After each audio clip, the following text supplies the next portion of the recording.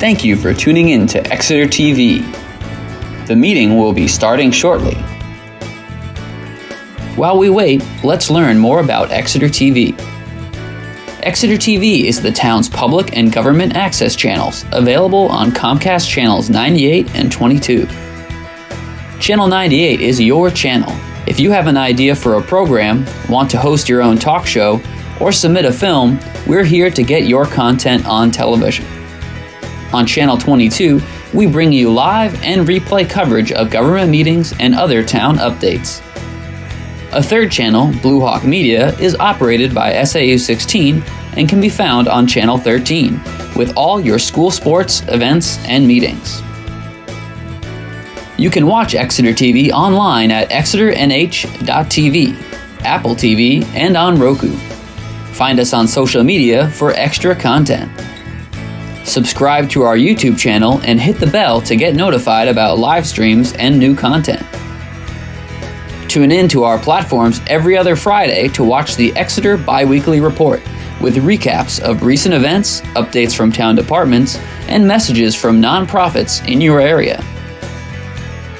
If you head to our website, exeternh.tv, we invite you to sign up to our newsletter to receive monthly updates about new content, upcoming meetings, and more. We'd like to thank you for taking the time to watch Exeter TV and hope that you tune in to our other content as well.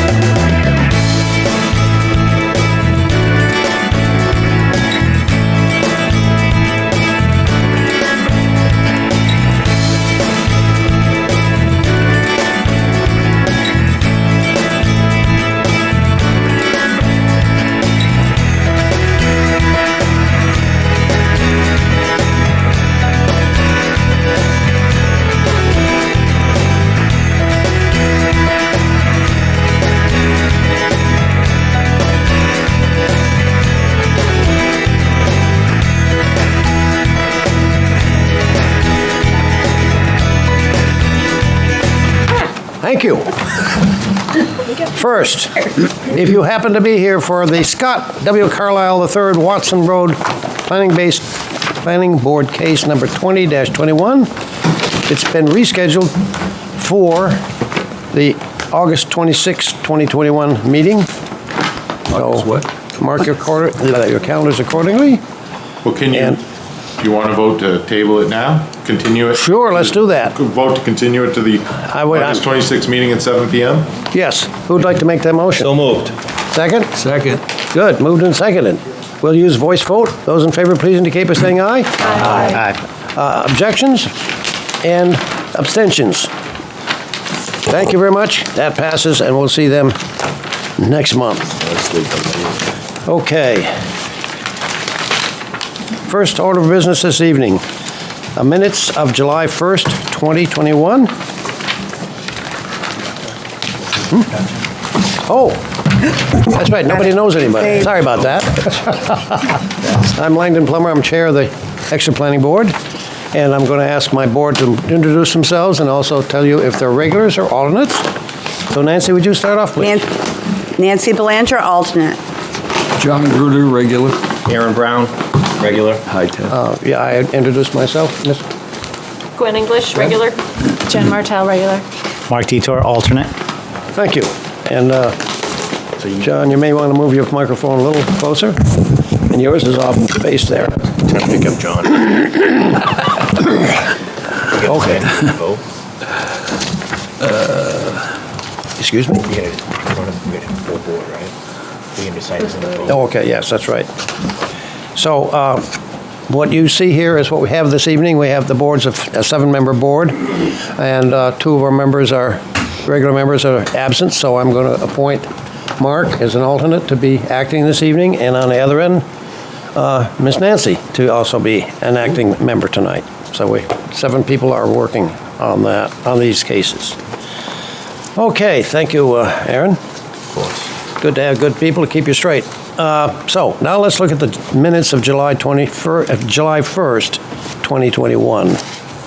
And anybody have some comments, suggestions? I have one, Mr. Chair. Okay, Nancy? Line 106, it says Ms. Cowan asked if DPW was at the TRC meeting, and that was me, Nancy Belanger, who asked that question. Oh, okay.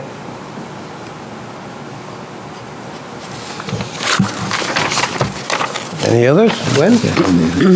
I think line 76, they're talking about the well radius, and it has 400-degree sanitary radius. I assume that should be 400 foot, Yeah. not degree. Yeah. Yeah, that's, Line 76. And then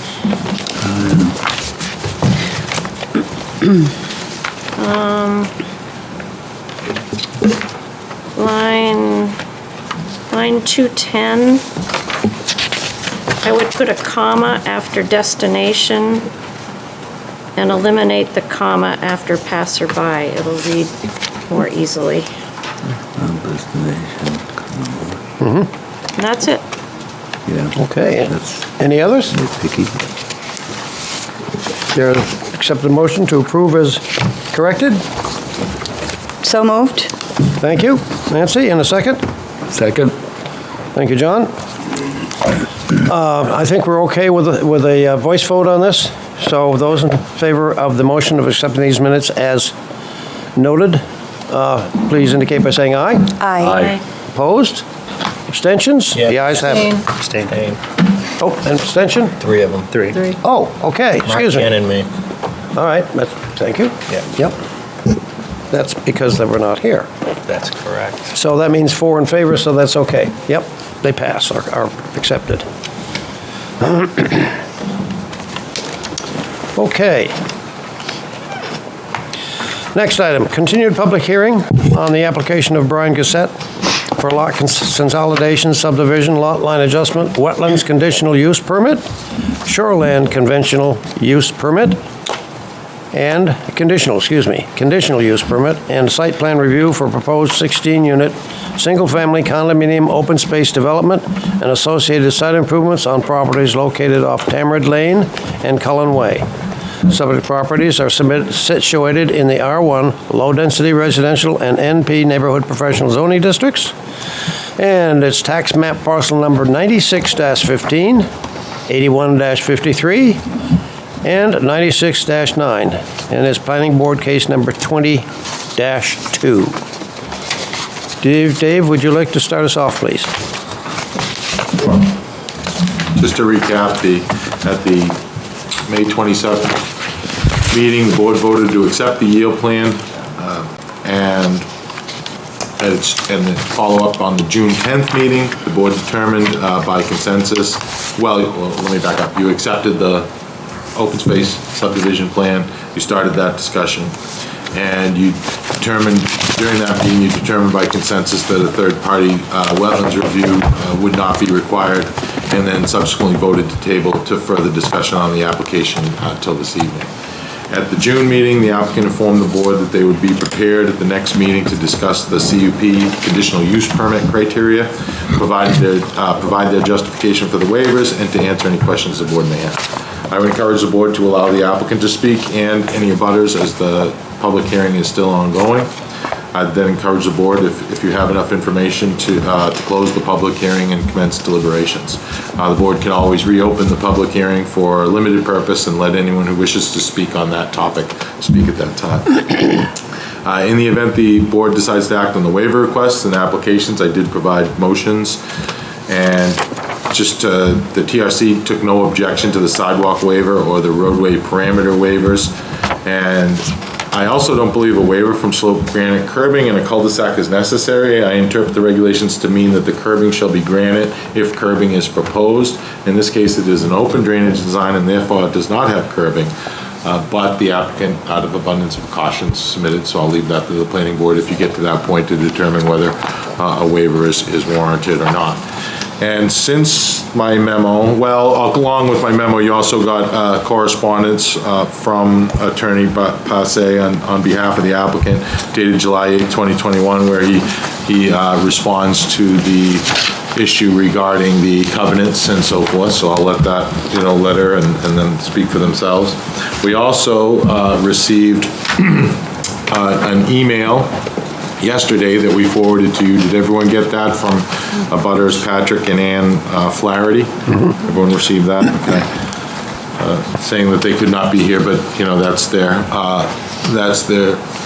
their input. I could read that if the board so chooses during the public hearing.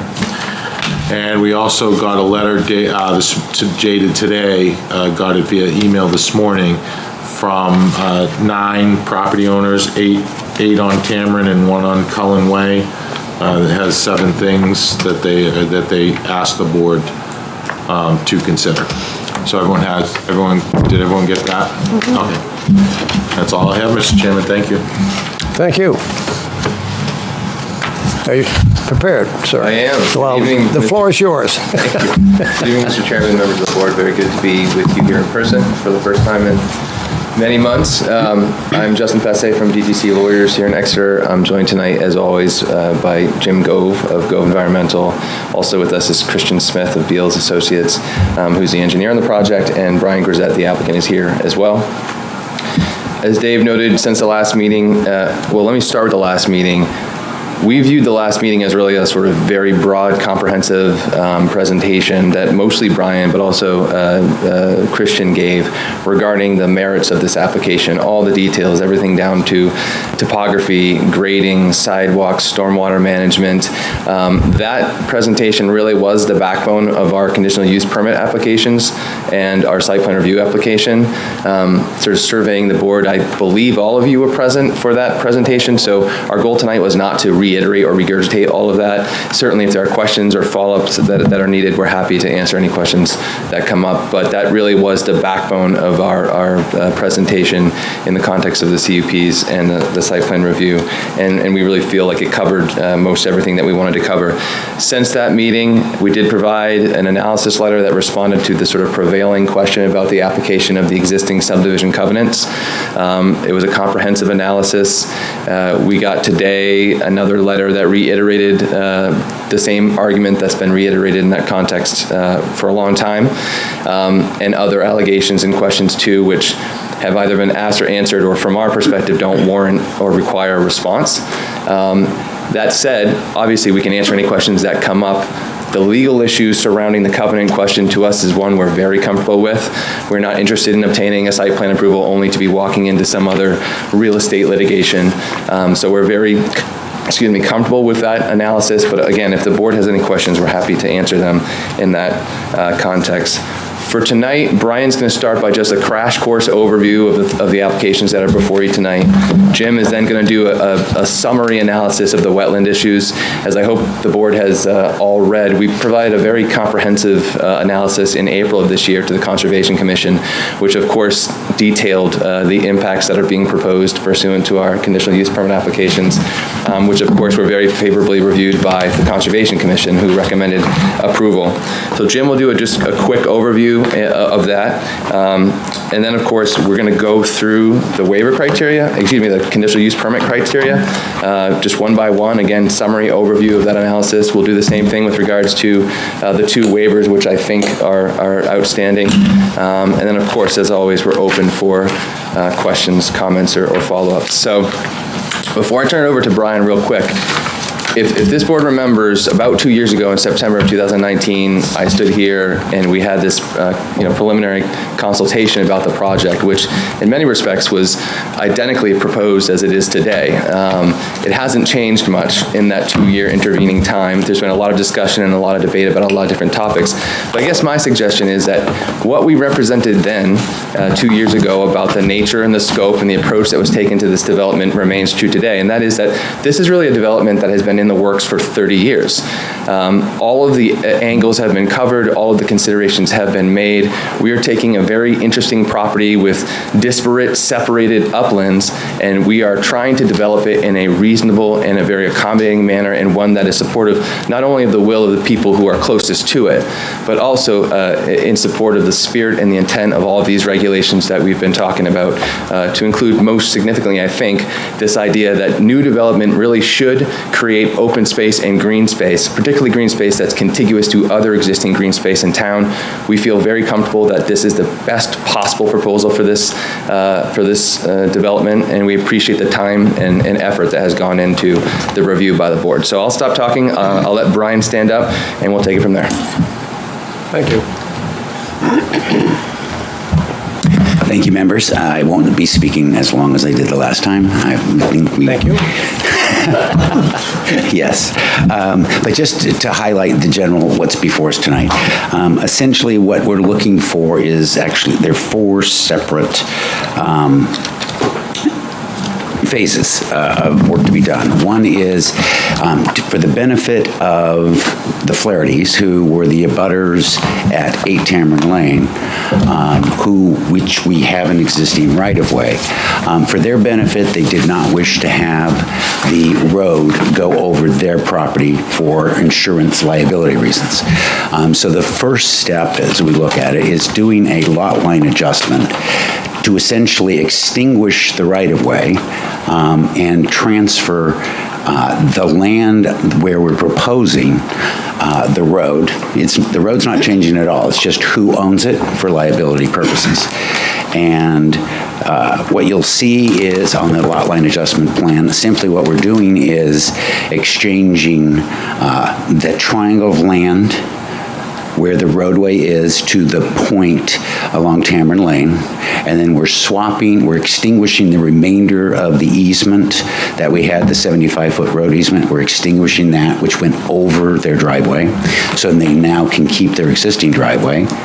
And then we're transferring the remaining amount of land, which is the section of the pond where Patrick's son likes to fish. And so that's essentially an equal land swap. But really the main purpose is just so they don't have insurance liability. So that would be the first step. So you're aware, the Exeter Greens Homeowner Association has already voted to approve this lot line adjustment. So that's not an issue. It's totally understood that this is for the roadway to the development, the 16 homes, and is to extinguish the liability. It's as simple as that. But if you have any questions, I can answer those.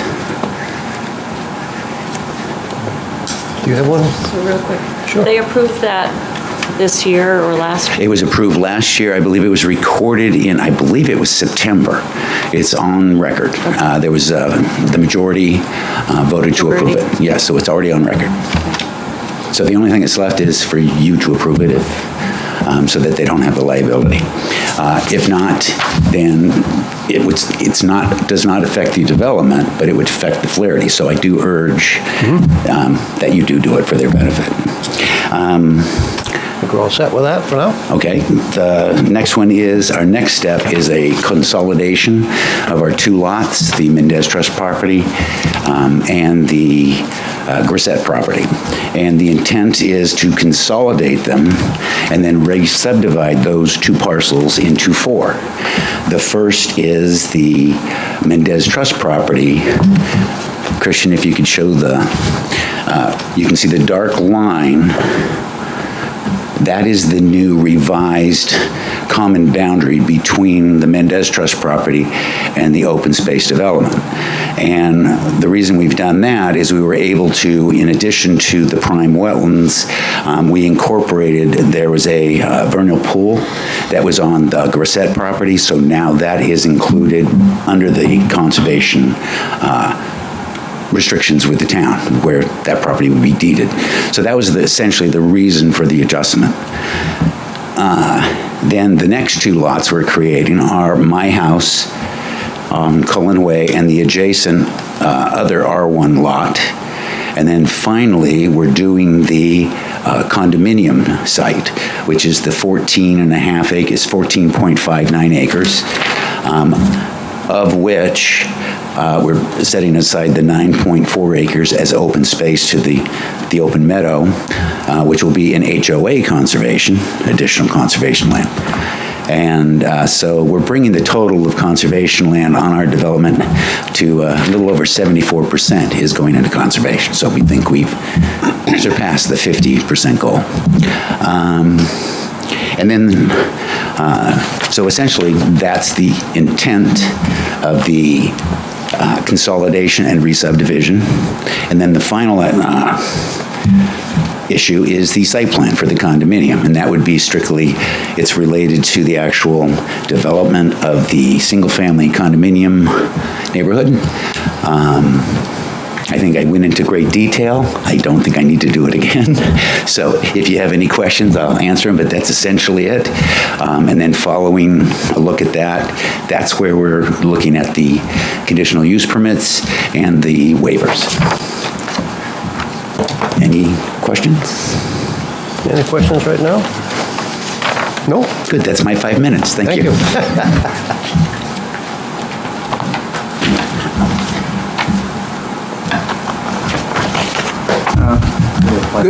Good evening. For the record, my name is Jim Gove with Gove Environmental Services.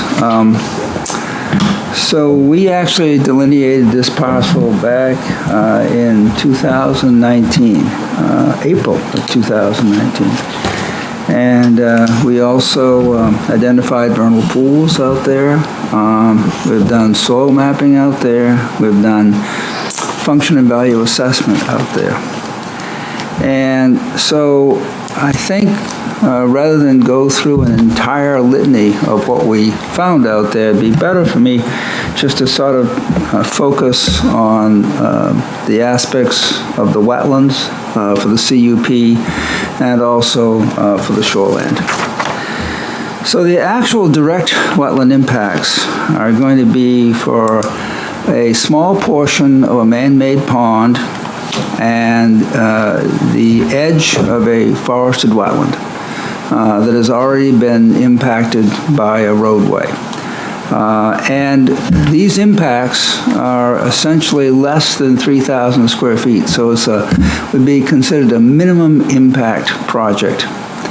The actual man-made pond certainly provides some stormwater storage, nutrient trapping, and it has some wildlife habitat in the sense that it does have a fish population. Admittedly, mostly sunfish, maybe a few hornpout, but still, fish population. And a very small portion of the edge of that pond will be impacted by this. And as far as I can see, the functions and values should be retained by this pond. As far as the forested wetland that lies to the south of the existing roadway that goes in, that is part of a much larger wetland system that extends across the property. But this is an edge impact. And so essentially, this edge impact is an area that has already been altered by man's activities. And so we recognize that the larger wetland system has all the functions of wildlife habitat, stormwater storage, nutrient attenuation, and the actual feel that there is actually aesthetically pleasing to look across. But this area that's actually being directly impacted is just along that edge of the roadway, and in fact, avoiding the majority of any swamp white oaks that are in that area. So in terms of the direct wetland impacts, these are pretty small. These are essentially areas that have already been altered by man. The functions were retained after we put the road through. And so, it's a pretty minimal impact upon the direct actual wetland system. If we go to the shoreline aspect of this, we're talking about Scammon Brook. Now, Scammon Brook essentially has a large forested buffer, and this is it's actually the same wetland system I was talking about before, has a large forested buffer to it from the direct wetland impact. And so, again, the stormwater storage that's being put into effect there, essentially the detention systems and the water cleaning systems that are being put in for the roadway will obviously basically take care of any adverse potential water quality aspects of Scammon Brook. So in essence, we don't believe that Scammon Brook is going to be, the function and value of Scammon Brook is going to be affected. As far as the other elements on site, with regard to the vernal pools, they're going to be in a protected zone. Swamp white oak is going to be protected. There's going to be, a very large forested wetland that surrounds the existing prime wetland area. So, honestly, this is a pretty low impact development from the standpoint of wetland impacts or impacts to the shoreline, and I'd be glad to answer any questions. Okay, any questions? Gwen? What impact do you think the entrance road to the development will have on the man-made pond? So we're going to lose a little bit of volume. There's going to be a slight reduction of about 1,200 square feet Essentially, by maintaining good erosion controls, essentially a boom along the side there really shouldn't be any reason why that pond would have to be like drained or have to be impacted, and basically just keep the sediment out of it so that the remaining part of the pond will function as is. The other thing is that we have outlets that are going to be maintained, that outlet across the road from the pond, so that we aren't going to have a situation where, well, I was just thinking back to the fact that the last time I looked at my rain gauge, I added up 13 inches of rain that we have gotten so far. So I was going to say, well, we think on normal conditions we can say that the pond will be maintained at existing elevation. I was just thinking to myself, though, with 13 inches of rain, I'm seeing places out there right now that are definitely not wetlands and still have water on them. So, but 13 inches of rain is unusual. Anyway, so from that perspective, I don't think there'll be impact to the pond itself. And salt from the road, does that, I don't know. That's actually going to be controlled, and we can have Christian go into it in greater detail, but essentially that runoff is going to be controlled and put into detention basins before it goes. And honestly, we can keep it as a low salt area, and on top of that, we recognize that salt is always detrimental. The only issue is that, we live in New England, and we have a road right next to it that gets heavily salted, and so, salt is a factor that we just have to live with to a certain extent. For better or worse. Yeah, I know, for better or worse, where we are, yeah. Okay, thank you. You're welcome. By the way, Just a minute. eastern Dobson fly, Oh, just to let you know. oh, Okay. okay. Just a minute, Jim, I think John has a Well, question. just to follow up on Gwen's, Yeah. you said the impact was 1,400 square feet? Well, actually, the total impact, we have an impact to the pond itself, almost 1,300 square feet. It's The pond is how big? And the pond is how big? the pond itself is, I think, around 3,000 square feet. Is that right? Yeah, So 3,000? yeah. 14, so that's significant Actually, it's more than that. impact. How much is it? I don't know the exact calculation. It's probably about less than a quarter of which it's going to be impacted. Less than a quarter. Okay, so less than a quarter The is number going to be you gave is impacted. about 40% though. Yeah, That's not yeah. a small impact, Well, I don't think. no, I think the situation is that the pond itself, can you actually measure that up, Christian, just so that we can see? Because I think it's a lineal impact. It's along the side. It's not in the middle of it. So that's the first thing. Yeah, so John, the limit of the pond is approximately here right now. This is the area of impact, just from that rock retaining wall here. So I would guess based on that, we're probably looking at about 6,000 square feet. Yeah, okay, that sounds better to me. Yeah. Visually, that's what it looks like. Yeah. Yeah.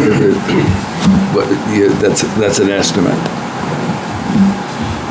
No one's calculated that so far. Yeah, no one's calculated the total area of the pond. Right. I do want to address, though, that the fact that it's this long lineal, so it's like a skinny edge of it that's going to be impacted. Yeah. Okay. And yeah, Janet? Question. What is the current function of the pond in terms of wildlife passage? I know that there's fish in it. Obviously, the fish aren't Right. jumping over the existing, Right. road that goes through there. But I'm sure other animals use the pond and then go to the wetlands, and that seems like this road has a 4-foot high retaining wall, so that's going to impact. So one of the aspects of what we wanted to find out was whether or not it was functioning as any kind of vernal pool habitat. And it's not. In fact, we looked extensively during the springtime, two springtimes, to see whether or not we had any vernal pool activity taking place there. Now,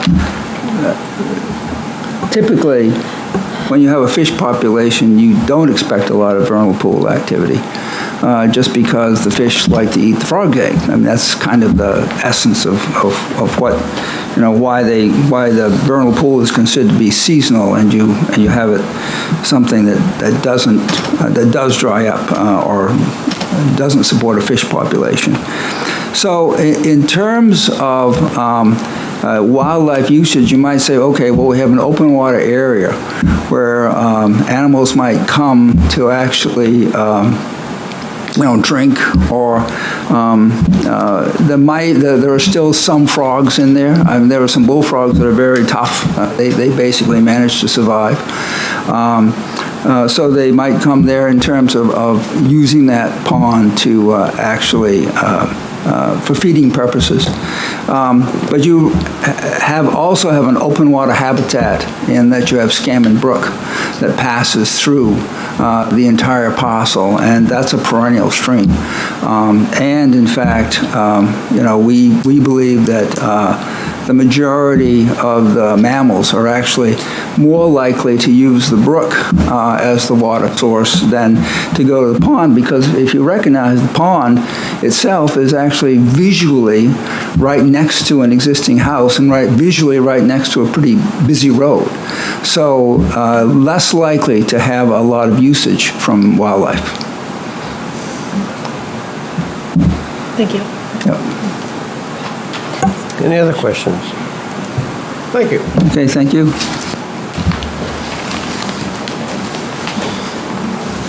Christian, would you throw up that colored plan, please? Yep. So, Mr. Chairman, we'd like to just go through the conditional use permit criteria, just one by one. I know this board has experience with that process and the importance of doing it sort of one by one in a diligent way. I want to just throw this one plan up and address it for a moment, because I think the talking points from this plan are perhaps the most important takeaways from this whole presentation. And that, what you're looking at right now are three parcels. It's the Grisette parcel on the left, which is the site for the development. It's the Mendez Trust parcel on the right, and then on the top, that's the town parcel that the Grisettes previously conveyed to the town in 1993. So collectively, that is 64 acres of property. The blue are wetlands, poorly or very poorly drained soils. The green are the uplands. The dark green is the prime wetland down the bottom. So, we went through this elaborate yield plan process to figure out what is the appropriate yield for these, 64 acres of property as far as the residential nature of the development goes, and the answer to that was 18. It was 17 plus 1 unit for the density bonus. So the answer to the question of what is the density for this property is really 18. And the question then becomes, where do you put those 18 units? And we've given you a lot of analysis in detail and writing about the access that is available, the access that isn't available. But ultimately, this project comes down to putting this project in the most appropriate, best place from an environmental perspective. And that is what is proposed.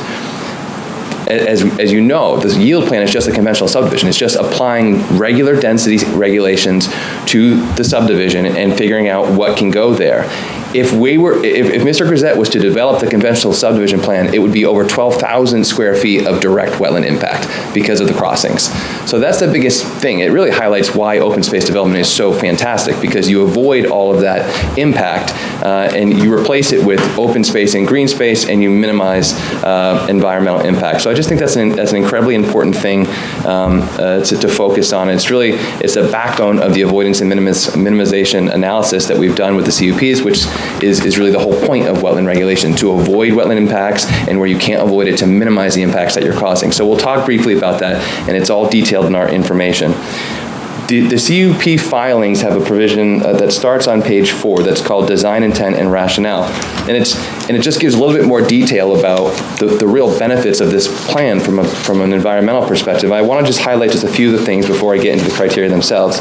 First, with this proposal, the town will end up with 64% of the total combined acreage of the parcels for general recreation. Okay, that's inclusive of the Brickyard Park that already exists, and then the entirety of the Mendez Trust parcel, which after the lot line adjustment will be about 31 acres, a little more than 31 acres. including the homeowners association, which is going to have that 9.4 acres to the left between the development and Tamarind Lane.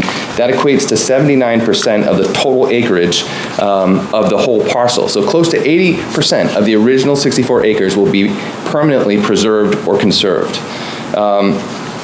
If you just count the Grisette parcel and the Mendez Trust, it's 75%, as Brian already told you. The design consolidates all of the green space into a single contiguous area, which is a goal that is sort of pervasive throughout the zoning ordinance and the regulations. All of the most sensitive wetlands and the most sensitive wildlife areas are protected forever because they're all on the Mendez Trust property. Jim didn't get into it a lot today, but certainly his analysis has in the past, and all of our filings have. Where this development is proposed is previously disturbed areas. It's primarily buffer impacts and it's previously disturbed areas.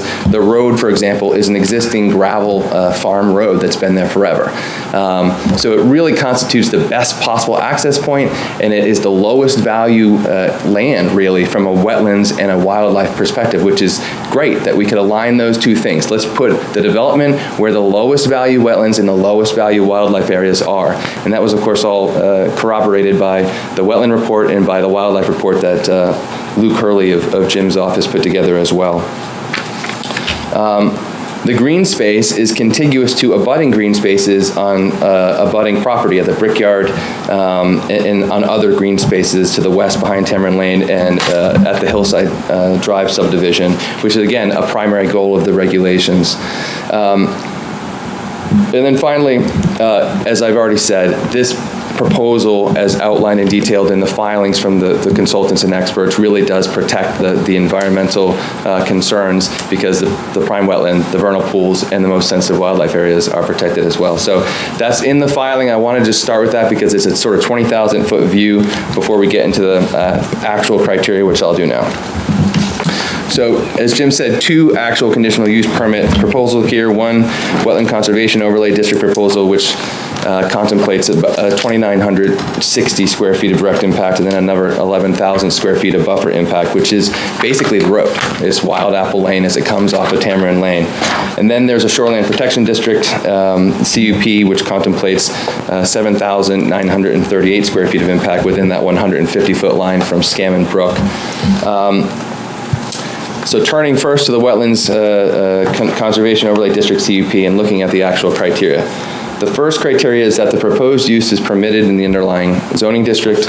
Of course, that is the case. Single-family open space condominium developments are permitted in the R1.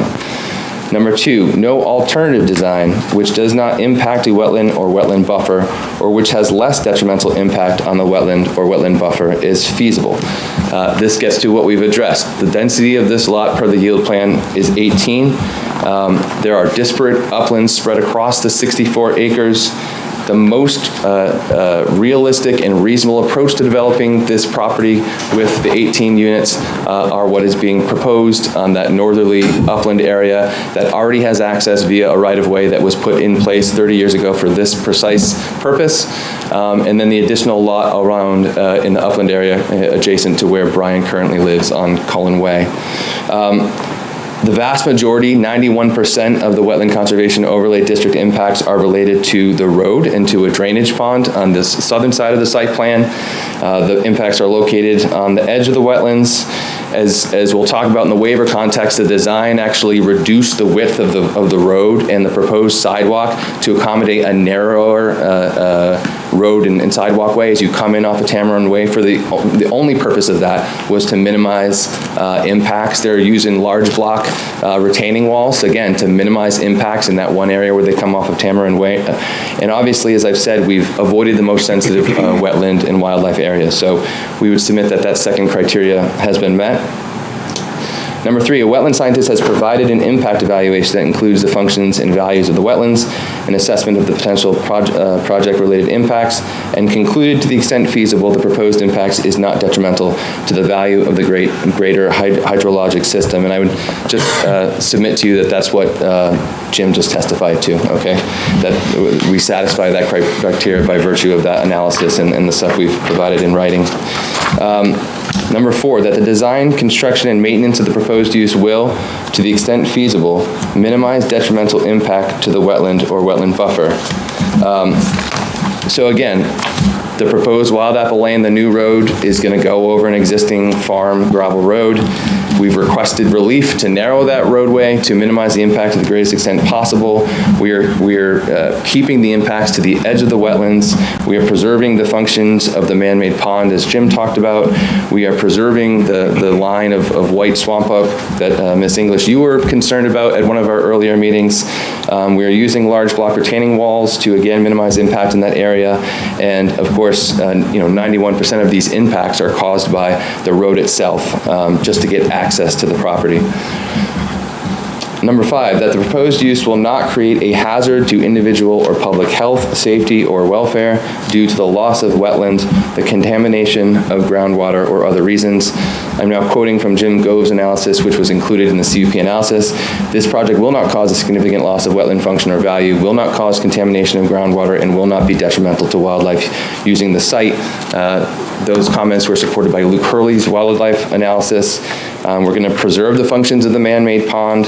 And of course, when you consider the sort of substance of this prong of the criteria, it's getting at whether or not the proposal will benefit the public interest, health, and welfare. And certainly, from our perspective, conveying 80% of 64 acres, roughly 50 acres of property to be preserved indefinitely and protected, to include the most sensitive areas of this site, is something that's very much in the public interest, which is why I suppose the Conservation Commission was very much in favor of our proposal and recommended it, and was happy to take the deed for the conservation easement that we're proposing. Number 6, that the applicant may propose an increase in wetland buffers elsewhere on the site that surround a wetland of equal or greater size and of equal or greater function value than the impacted wetland. As I've already said, the wetlands that are being impacted to gain access primarily. And then the additional wetland impacts in the form of buffer impacts are to already previously disturbed upland areas. And when you consider the fact that we are preserving essentially the setbacks and all of the corresponding limitations with regards to the prime wetland and the 2 vernal pools and all the wetlands on the Mendez Trust property, certainly this prong of the criteria is satisfied as well, because the highest value wetlands are being protected forever. Number 7 is that in cases where the proposed use is temporary or where construction activity disturbs areas adjacent to the immediate use, the applicant has included a restoration proposal, revegetating any disturbed area within the buffer with the goal to restore the site as nearly as possible to the original grade and conditioning following construction. What we said in our filings was that certainly all disturbance that is temporary or adjacent will be restored as nearly as possible to the original condition and to suitable grade. The plan is to ground the stumps and remove the debris, and then Jim can elaborate, but there will be, the areas will then be overseeded. I think the proposal is for New England semi-shade, grass, and forb mix. And again, if there are questions about that, certainly Jim could answer that. And then number 8 is that all required permits shall be obtained from the New Hampshire DES and Army Corps of Engineer. And certainly we would welcome a condition of approval that requires us to obtain that. I know that a state wetland permit is in the works and will have to be filed, and as is traditional, a condition of approval requiring that and requiring Dave to confirm that once we receive it would be welcomed. So that is the analysis with regards to the Wetlands Conservation Overlay District conditional use permit. Happy to stop and take a break and chat if there are questions. Also happy to move into the Shoreline Protection District criteria. Well, just see if there are any good questions out of the board. No? Continue, please. Okay, thank you, Mr. Chairman. So, as Jim stated, with regards to the Shoreline Protection Overlay District CUP, what we're talking about is the proximity within 150 feet to Scammon Brook. This is exclusively for the road entrance, the first 200 feet of the proposed Wild Apple Lane. As you know, we are utilizing the location of a previous existing right-of-way and gravel road. The road is proposed to be 20 feet, which is less than what's required. The sidewalk's proposed to be 4 feet, which is less than what's required by the regulations, again, for the express purpose of minimizing impact but still having a functional access way. We are using large block retaining walls to reduce the impact as well, which ultimately is, as I said, about 79% 3,900 square feet of impact within that 150-foot space. So turning to the criteria, number one, the proposed use will not detrimentally affect the surface water quality of the adjacent river or tributary or otherwise result in unhealthy conditions. I would refer you to our written analysis, but certainly there will be no impact to Scammon Brook. The runoff from the road is going to be directed into stormwater management facilities and a detention pond, and it's going to discharge, as I understand it, Christian will correct me if I'm wrong, more than 100 feet from Scammon Brook. So there just isn't a concern about contamination to Scammon Brook. Number two, the proposed use will discharge no wastewater on site other than that normally discharged by domestic wastewater disposal systems and will not involve an on-site storage or disposal of hazardous or toxic wastes. The project's going to be serviced by town sewer, so there's not a concern about wastewater in that context. Certainly there will be no storage of toxic or hazardous materials, nothing that is beyond the limitations and prohibitions of the zoning ordinance. This will just be a residential use, and all snow treatment will be accomplished outside of the shoreline protection district. So I would submit that that criteria is satisfied as well. Number three, the proposed use will not result in undue damage to spawning grounds and other wildlife. Jim just referenced that, but in his wildlife report, he indicates that the project will employ the best methods of erosion control and there are no adverse impacts to the project to wildlife. He also talked about tonight this issue of the man-made pond. That is not a vernal pool, and that with the erosion controls that are proposed, the fish population of the pond should be maintained. So foundationally, the access road, which is what we're talking about, the impacts caused by the access road will not result in any damage to spawning areas or other wildlife habitat. Number four, the proposed use complies with the use regulation identified in Article 9.3.4 and all other applicable sections of this article, and it certainly access roads and the related infrastructure and utility services, which are the basis for the impact, are permitted conditional uses under the zoning ordinance. I think number five is the last one. The design and construction of the proposed use will be consistent with the intent of the and purposes set forth in Article 9.3.1, and I would submit that they are, for the reasons that I've already said. This proposal is avoiding, to the greatest extent possible, unnecessary impacts that would otherwise happen if the Grisettes were going to develop this property in a conventional subdivision manner, or if for whatever reason they weren't able to retain the relief they needed to do the project that they want, and they have to start looking elsewhere. If we can't do the project the way it's proposed, then to get 18 units, different uplands need to be utilized. Utilizing different uplands will automatically lead to more impact, as we've sort of talked about at great length. So certainly in this case, we think that this criteria is satisfied. But also, as I've said, this project is going to place into permanent conservation roughly 80% of this whole underlying track, 50 acres of land, which is remarkable when you consider it. So that's the fifth criteria that we would submit is satisfied. That's the end of the CUP analysis. Again, if there are questions, I'm happy to entertain those. Otherwise, we can go to the waivers that we were intending to address as well. Any questions on this point? Seeing none, carry on. Okay. So pivoting to the waivers, which were originally filed by Christian back in the March timeframe, there were four that were originally requested: this slope curving, granite curving waiver, a reduced roadway and sidewalk width waiver, a fire alarm box waiver, which has subsequently been withdrawn, and then a perimeter buffer strip waiver. Per Mr. Sharple's memo, he suggested that perhaps we don't need the waiver with regards to the slope curbing by virtue of the nature of the stormwater management that we're proposing. Happy to have Christian address that issue with you, Mr. Chair, and brief the waiver, but if the board is in agreement that no waiver is required, then certainly I'll just verbally withdraw the waiver request at this time. Otherwise, we'll get into the reduced roadway and sidewalk waiver and then the perimeter buffer strip issue. Mr. Chair? Yes. I was hoping that Mr. Sharples could clarify the statement because I'm seeing slip granite curve on the drawings and catch basins, so I'm not sure why we're saying we don't need. Why you think we don't need the waiver? Because the cul-de-sac is the open design. the curbing goes to the, right to the start of the cul-de-sac. And then the cul-de-sac, and then 19.17.2 of our regulation says, the perimeter of cul-de-sac shall have sloped granite curbing.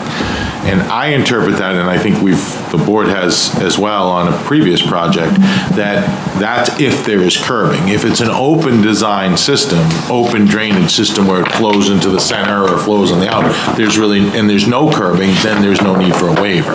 If there was curbing, it couldn't be asphalt curbing, then they would need a waiver. So that is my interpretation of it, that since they're going open design and they're not putting curbing in, then it's not applicable.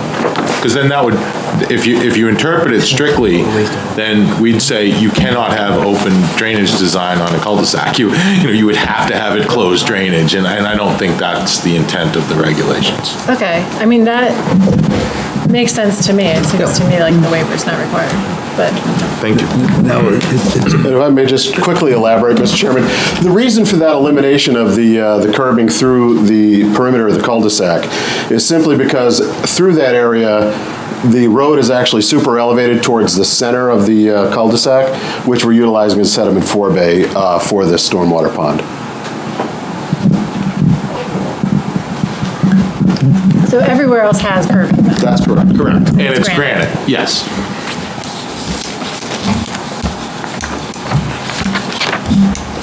Okay? Was that the place that we did when we did our tour? Was that the one where we didn't require curbing on the cul-de-sac? I'm trying to remember the name of the project. Yeah, Cypress. It was the same deal. Yeah. They have sloped granite curbing all the way, and then they have the open design drainage into the center of the cul-de-sac, and we didn't.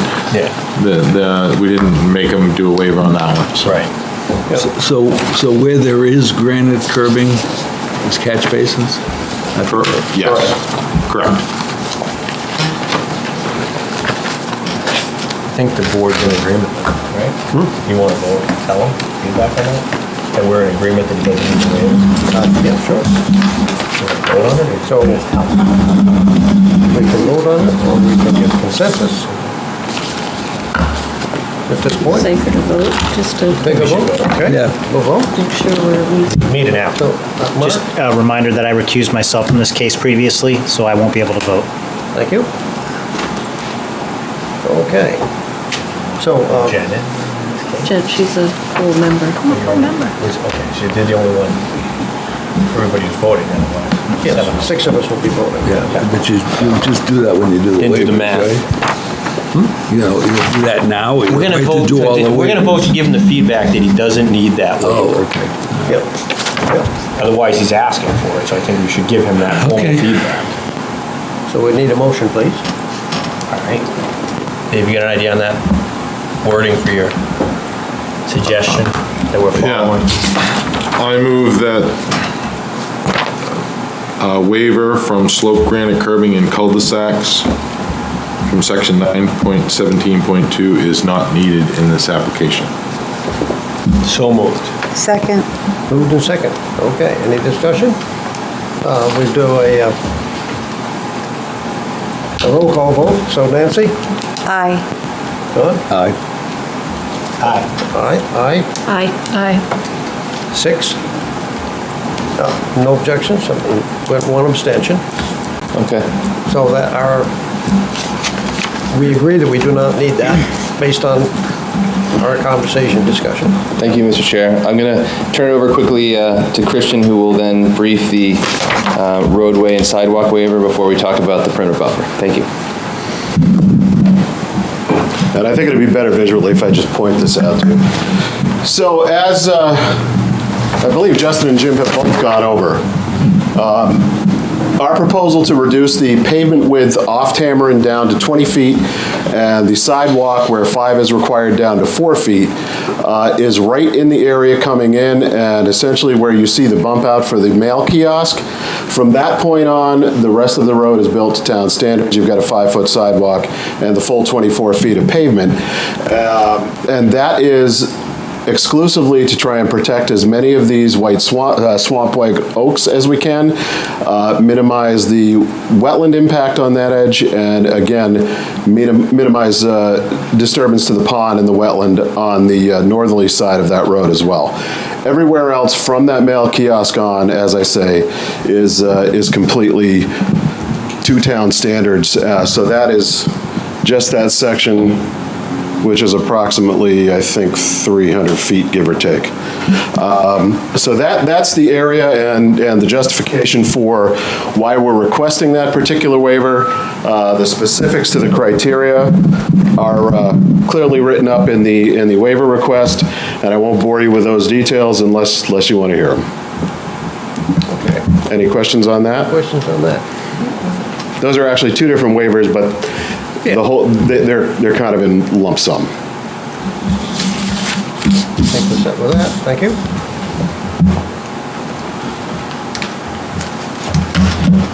Okay, Mr. Chairman, turning to the perimeter buffer waiver, and this is sort of gets a little bit more dicey. So the regulation that we're talking about is 9.6.1.2 of the combined subdivision site review regulations. And I'm just reading the actual regulation. For all open space cluster developments and standard subdivisions except minor subdivisions, a required vegetative buffer strip of 100 feet width in the R1, and this is the prohibitive language, shall be provided between any proposed lots, septic systems, or service roads and the perimeter lot line of the tract. So in the waiver request that we filed, we asked the board to make a threshold determination because from our view, the regulation doesn't apply to our proposal because there are no lots, septic systems, or access roads between the perimeter lot line and what we're proposing. This is a condominium form of proposal, so there are no lot lines. I mean, that's just the nature of the situation here.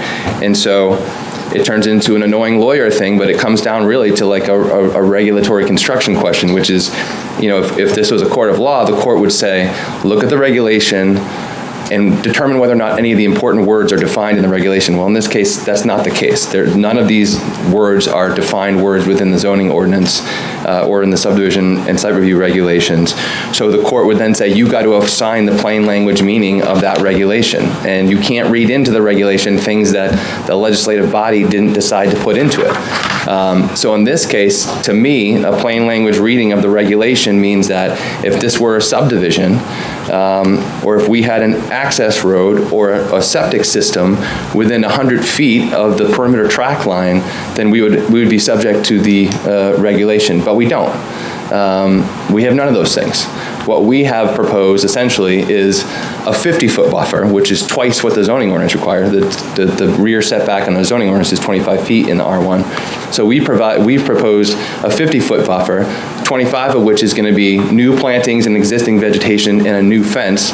And then the 25 feet closest to the houses is going to be, again, no buildings. It's going to be basically rear yard, recreational purposes for the individual houses. So that's the question. Because there's no lot line, there's no septic system, and there's no access road within this 100-foot or proposed at all, we don't think that the regulation applies, and I think that's the threshold determination that the board needs to make. In an abundance of caution, we filed the whole analysis and we did the whole deal.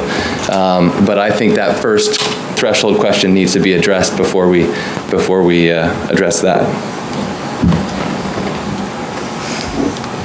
Any questions about that at this point? Yes, Lynn? He's just presenting. Yeah, I guess I'm, Yeah, we're not debating. okay. All right, I'll wait then. Okay. All set for now? I'm all set for now. I'm happy to go into the analysis. Also happy to stop and let the board make a determination on that issue. Because I suppose if the board sees it the way that we do, then no waiver analysis would be required. I think the board prefers to wait till we get to that point. Understand. Yep. Okay, thank you. Yep. So to summarize the waiver analysis that was provided in the letter from Christian back in March, we think that the bottom line up front here is that we think it should be approved because of several sort of foundational things. First, our proposal, the way it's drafted, the way that it's the site is situated and proposed, advances the purposes of the green space regulations in town, and it promotes the best design for an open space development on this property for all of the reasons really that I've already talked about. And it does it in a way that doesn't reduce density. Part of the subdivision site review regulations under Article 310 say that density should not be reduced through application of green space regulation. And here, it's the best possible application and best possible proposal for green space because it maximizes all of the green space. It's all of the Mendez Trust property. It's conveying even uplands into the town's control via the conservation easement. And then, importantly, in the record, the abutters who are most affected by this project, which are the abutters who are, I think it's probably northeast, but Plan North here, which are two property owners off of Graywood Circle, and then the Flahertys who are at 8 Tamarind Lane, they've all indicated their express desire and support for this proposal. And they've done that for a couple of reasons, which we can talk about, but generally, the town's regulations on this issue are a little bit wonky. There's no getting around it. Under the zoning ordinance, if we were to propose a small-scale multifamily development, we could be 50 feet from the property line, which is what we're proposing right now with this condominium proposal. But when you go to the single-family open space residential development in Article 7 of the zoning ordinance, it refers you to the site review regs. And the site review regs have this requirement, which state a 100-foot requirement. So it seems awkward that you could put a big building much closer to the property line than you could put a single-family house. And that's really what it boils down to, and it's probably one of the main reasons why the abutters in this case support what we're proposing. And I also think Brian would be able to address it, he even has plans, but I think, and Mr. Brown, I think you even addressed it when we were talking about this same waiver on the yield plan, and you said something along the lines of, we don't generally give waivers to this in a yield plan context, but we frequently give them in the context of the overall site plan or subdivision plan, whatever it is. And I think that's right. I think there's a history in Exeter of that, particularly where, like here, the proposal is so beneficial from an open space, green space perspective. So that's really the basis of this is a summary of the criteria, but we'll get into it. This board previously told us that we have to essentially meet the two standards that apply here, which are the standard articulated in 9.6.1.2, but also the general waiver standard that's in, I think, 13.7 of the subdivision site review regs. So I'll address both of them. And starting with 9.6.1.2, the standard there is that the planning board may approve a partial or total waiver to the buffer strip if the configuration or location of the parcel, with consideration of abutting properties, warrants flexibility to the proposed green space. So here we would assert, as we put in writing to the board, that certainly we satisfy that standard because the proposal is the best concept to preserve the highest value wetlands on the property and the highest value wildlife areas, and to preserve the biggest contiguous piece of green space. If you refer to the master plan talks about this property as being sort of a transitional area from the downtown to the areas further to the west, which are more rural. This is sort of consolidating development to one area, which is closer to the downtown area, and it provides that exact sort of transitionary area, which is critical, or at least is highlighted in the master plan. Number two, the closest abutters support this waiver request, as I've indicated, and when you consider it, the proposal is providing 50 feet. I've already explained what specifically that is, but it's 50 feet where the rear setback, if this were just a regular one-off residential lot in the R1, would be 25 feet. It's also consistent with the regulations, as I said. Section 310 encourages development of green spaces through the most efficient design while preserving density of land in the development. The density here that we've established is 18. This design preserves and encourages development of green spaces while preserving the density that we've established already. And then the alternative, obviously, is, as I've already said, if this waiver isn't approved, and to establish that 18 density, Mr. Grisette has to go back to the drawing board and start over again, but he's got to look at the other uplands on the area. As I've explained, if he were to try to develop the other uplands in the area, there are going to be significantly more environmental impacts, which is obviously not preferred. So we would submit on that basis that that first criteria found in 9.6.1.2 has been satisfied. So turning then to the general waiver criteria in Article 13.7. The first requirement is that granting of the waiver will not be detrimental to the public safety, health, or welfare, or injurious to other property. We would submit that we satisfy this criteria because first, as we've told you in other meetings, the elevations will actually be reduced in the development such that the properties to plan north of the new development won't be looking in the backs of these places. I mean, it really is that there'll be a sight line over the property. So that's one way that we are preserving and protecting the health of neighbors. Second, that 25-foot, the first 25 feet from the perimeter track line is going to be a vegetated buffer with new planting and a new fence in it. We're giving 50 feet, where, as I said, the zoning requires 25 feet. And obviously, this concept avoids other concepts which may be viewed by the neighborhood and the abutters and maybe the planning board as less attractive, like a multifamily type development. And as I said, the direct abutters support this waiver. So we would submit that that first criteria has been satisfied. 13.7.2 states that the conditions upon which the request for waiver is based are unique to the property for which the waiver is sought and are not applicable generally to other property. I mean, these tracts are the largest tracts of their kind in the area.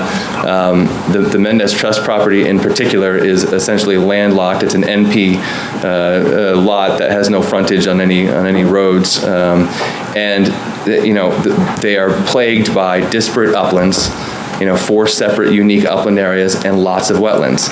So certainly they are very unique when you contrast them to other properties in the area. And then you consider the fact that, as we've talked about in the CUP context, this proposal utilizes the lowest value upland area and preserves and protects the highest value wetlands and wildlife areas. On that basis, we would submit that that second criteria is satisfied because it really is a unique property, and what we're proposing will protect to the greatest extent possible those things on the property that should be protected. 13.7.3 says that because of the particular physical surroundings, shape, or topographical conditions of the specific property involved, a particular hardship to the owner would result as distinguished from a mere inconvenience if the strict letter of these regulations are carried away. Strictly enforcing or imposing the 100-foot requirement in 9.6.1.2 is going to reduce the density. It's going to make this concept of the plan unworkable, and Brian's going to have to go back to the drawing board. As I've explained, that process will necessarily include a proposal that will be before this board, and that will be, unfortunately, requesting more relief, more conditional use relief than what we're proposing now. It will also break up all the green space. I mean, as it's proposed, you have this nice big chunk of contiguous open green space that's going to be running right into the existing park and actually contiguous with other open space in properties that are surrounding this tract. So we would submit that certainly 13.7.3 has been satisfied. 13.7.4 states that the granting of the waiver will not be contrary to the spirit and intent of the regulations. And I would just submit that the spirit and intent of the regulations, all zoning regulations in general, are to protect the public health, safety, and welfare. In specific relation to the conditional use and wetlands regulations, obviously it's about avoidance and minimization. And there isn't another proposal that could be advanced before this planning board that could protect in any greater way the environment than this proposal. So certainly I think this proposal is precisely capturing the spirit and intent of the regulations as we've described. 13.7.5 says that the waiver will not in any manner vary the provisions of the zoning ordinance or master plan. Certainly the proposal will not do that. We'll be compliant with the zoning ordinance, and we're consistent with provisions of the master plans, as I've already mentioned. So that is the 13.7 analysis for the perimeter buffer. I do really believe, just based on a plain language interpretation of the regulation, that it doesn't apply in this case, but obviously that's the purview of the board. We appreciate your time. Brian may have some historic data to reference in the context of how this regulation has previously been applied to subdivision, open space subdivisions. Thank you. Thank you. Yes, to get back to the design intent, as I stated previously, open space development is designed to be creative, to work around the existing environment. So trying to find the best fit, you have to take all of the different separate. Open space is trying to protect environment and wildlife. But there are conflicting provisions, and the regulation literally says, for example, the one that says the green spaces should be adjusted to preserve density. So to preserve density, that's essentially what we're talking about. When Justin was talking about, there's the colored map. You have 5 different areas of uplands. I could have designed it where we put, of the 18, we had 4 here and 14 up here. Or 4 out here and there. The goal was to maintain the density, but to minimize the impact. And so by adjusting this green space, we have essentially kept all of this contiguous so that it connects with all the adjacent open space that is currently protected. So that was the intent. This is not the first time that, as Aaron said, there's been a number of waivers on perimeter buffers over the years. I went back, as you know, I do write very lengthy reports. But to sum it up, from my investigation, if we go back to the late 78 when we instituted the open space development versus the old PUD, essentially, under that open space development and the continuous changes, upgrades, there have been 21 open space developments, including 3 condominiums, and within that, 9, 43%, almost half, have all received buffer waivers. The 2 I would point out, which are characteristic to unique characteristics, by us saving and preserving all of this, what we were left with a strip where it would have been great if this strip was 50 feet wider, that this uplands was 50 feet over here, but it's not. But we're able to preserve this entire uplands and the associated wetlands. By doing this reduction here, we can now get 16 of those homes in this site reasonably, rationally, and in character with the neighborhood. And then the 17th, we could have forced it in here, but 17th is over here, and there's my house, this is 18.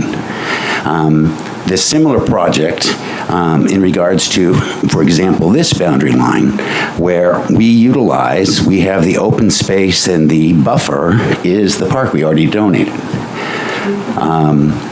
So we've still incorporated a 25-foot setback. This is similar to what happened with the Blackford Place and the town conservation land and the Boulders Riverwoods, where they had their open space, where there was no 100-foot dedicated buffer because it already existed. In regards to our buffer on these houses, this is almost identical. This is Forest Ridge, which was done in 2005. And what you'll notice here, well, first let me point out, we have these 3 abutters who have agreed they wish to have this waiver granted, which is usually one of the main criteria. We do know there are objections from people who live over here, but these are the adjacent abutters, and they support this. And when doing our design, they did not want large buildings. So to facilitate that, we have single-family homes. We've reduced the elevations so that our 50-foot buffer includes our pre-planted and an enhanced buffer. We're going to upgrade the fence to 5 rails from 3, and we're using a retaining wall to drop the elevations of the house for their benefit. So we actually have added a 3rd component, which to enhance this buffer. And so that's why they support it. But once again, back to rationale, the reason we have this issue is the edge of wet. And we have a property line. What happened in... So Brian, I just want to kind of move along. Don't confuse us with other cases. For me, I've got enough on my plate. Okay, well, I was just saying, you know, I just the don't question wanna- of past practice and Yeah. past interpretation, just, this shows in this location, R1, 100-foot buffers, they had the same issue, wanted to preserve a trail, wanted to reserve the wetlands, but there was this narrowing, and so to maintain that they could get the opposing lots like we have, they reduced the 100-foot buffer down to 20 feet and 20 feet for additional building setback, down to 40. We're doing 50, and we're in R1. So it's not that it's contrary to the ordinance, as was stated in the letter today. No, this is what the regulation was for. If you can lessen impact somewhere else, and through reducing this buffer, that is the intent of the regulation. So I just wanted to bring that to your attention. Thank you. Any questions? I don't think at the moment. Mr. Chairman, that concludes our presentation for today. So subject to any questions and comments from the board. Okay. Any questions on the board's part? We'll make sure the public has a chance to speak as well, but... So let me open the floor to the public, and if anybody would like to speak, please step to the microphone, introduce yourself, so our viewers at home knows who is speaking, and we are too, so go ahead. Good arm wrestle. Thank you, Chair Plummer and the board. Jonathan Elliott, 6 Cameron Lane, and as always, appreciate what your time and efforts on this case and in general. I've lived in the neighborhood for 15 years, and I do work for a developer and am pro-development. And I've always maintained that Mr. Grisette has the right to develop the land, but it should be done in compliance with the guidelines of the ordinance and the site plan regulations. A couple points I wanted to make, that we noted in our letter. On the covenants, I'd say, Mr. Keach, who was our consultant, he, well-respected, advises many boards like yourself, in other towns, did a thorough review of all the agreements and the covenants and, offered his opinion. And I think, he's well-versed in these issues, probably more so than we are. And I think he's pointing out an issue here. And, I think what we're asking is that you take a look at that and consider that as part of this review. I want to make a comment. I haven't heard it mentioned today, but with respect to the conventional lot off of Cullen, our understanding, from way back when, we've spent a lot of time on this, and our council mentioned to us that, that one of the only developments that could happen here is an open space development. So I just wanted to point out that it's unclear to me how carving off a single family residential lot off of Cullen Way is consistent with an open space development. So I just want to point that out. Maybe consider that as well.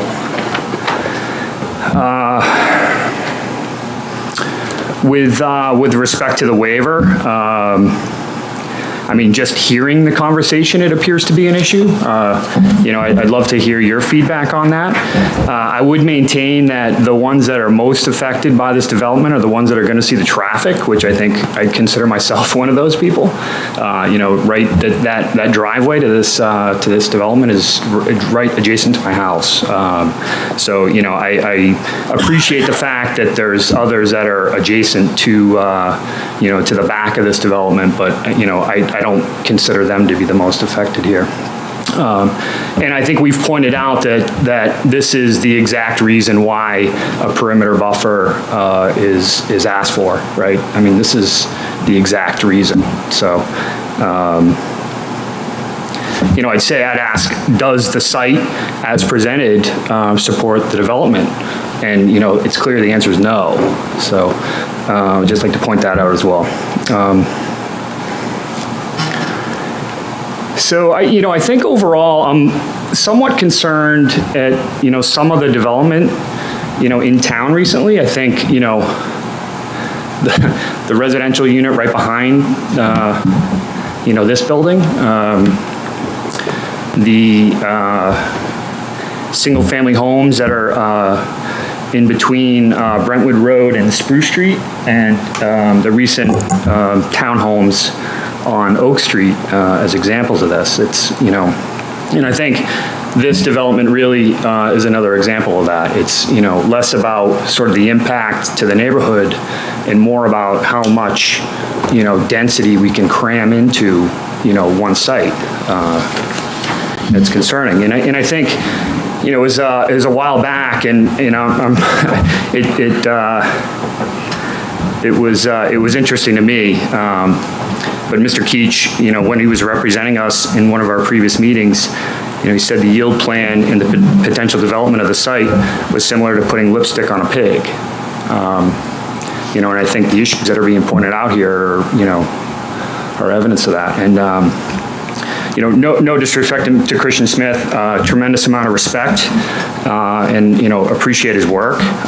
He's done a tremendous service to his client, but, after almost 2 years, we're looking at what we considered a flawed yield plan, a flawed site plan, and a flawed development.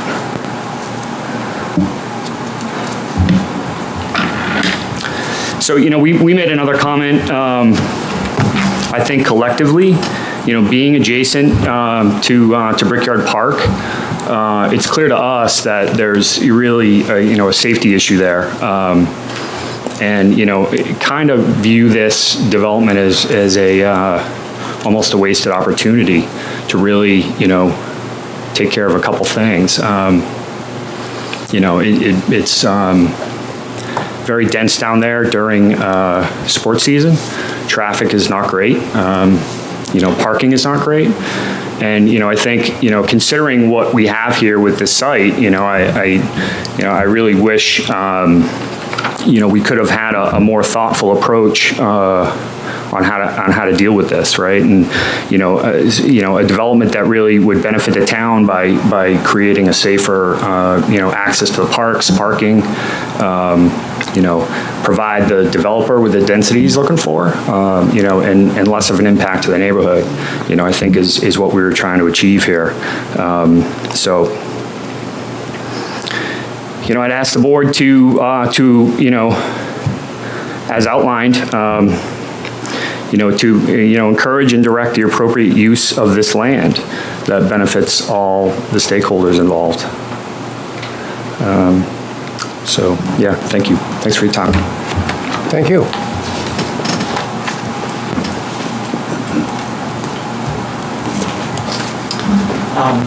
Hi, I'm David Haddon. I live at 12 Tamarind Lane.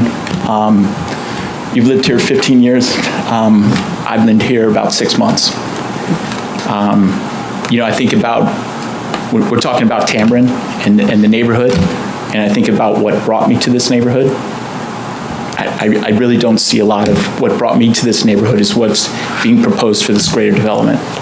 And that's not my decision to make, but we talk about the flow of the neighborhood.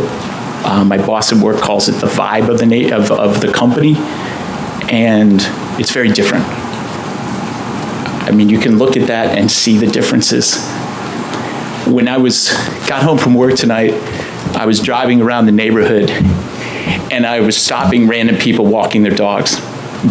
Gwen, I've seen you sometimes in the neighborhood. People like to walk their dogs through this neighborhood because it's a quiet neighborhood, it's a nice neighborhood. And I said, hey, would you mind coming down to this meeting tonight?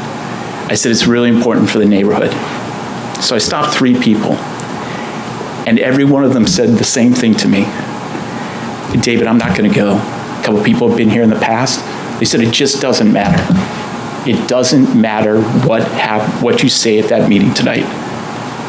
And I just don't believe that's true. I look, John, I hear some of your comments, Gwen, I hear some of yours, I hear other ones from people in the group. It does matter. It does matter. And when people in a community say that, it hurts me. It hurts me. You use the word wonky. It's one of my favorite words. And when I'm in a meeting and people start saying things that are wonky, I start writing them down. Well, take a look at that pencil point. Okay? Take a look at that pencil point. I've done some writing here tonight. I would like to go through a couple of the notes that I have. First of all, we talk about 64%. I think the numbers are right. Sorry, I'm new to all this, and it's not my thing, so if the numbers aren't right, please someone correct me. 64% is being given back to the community.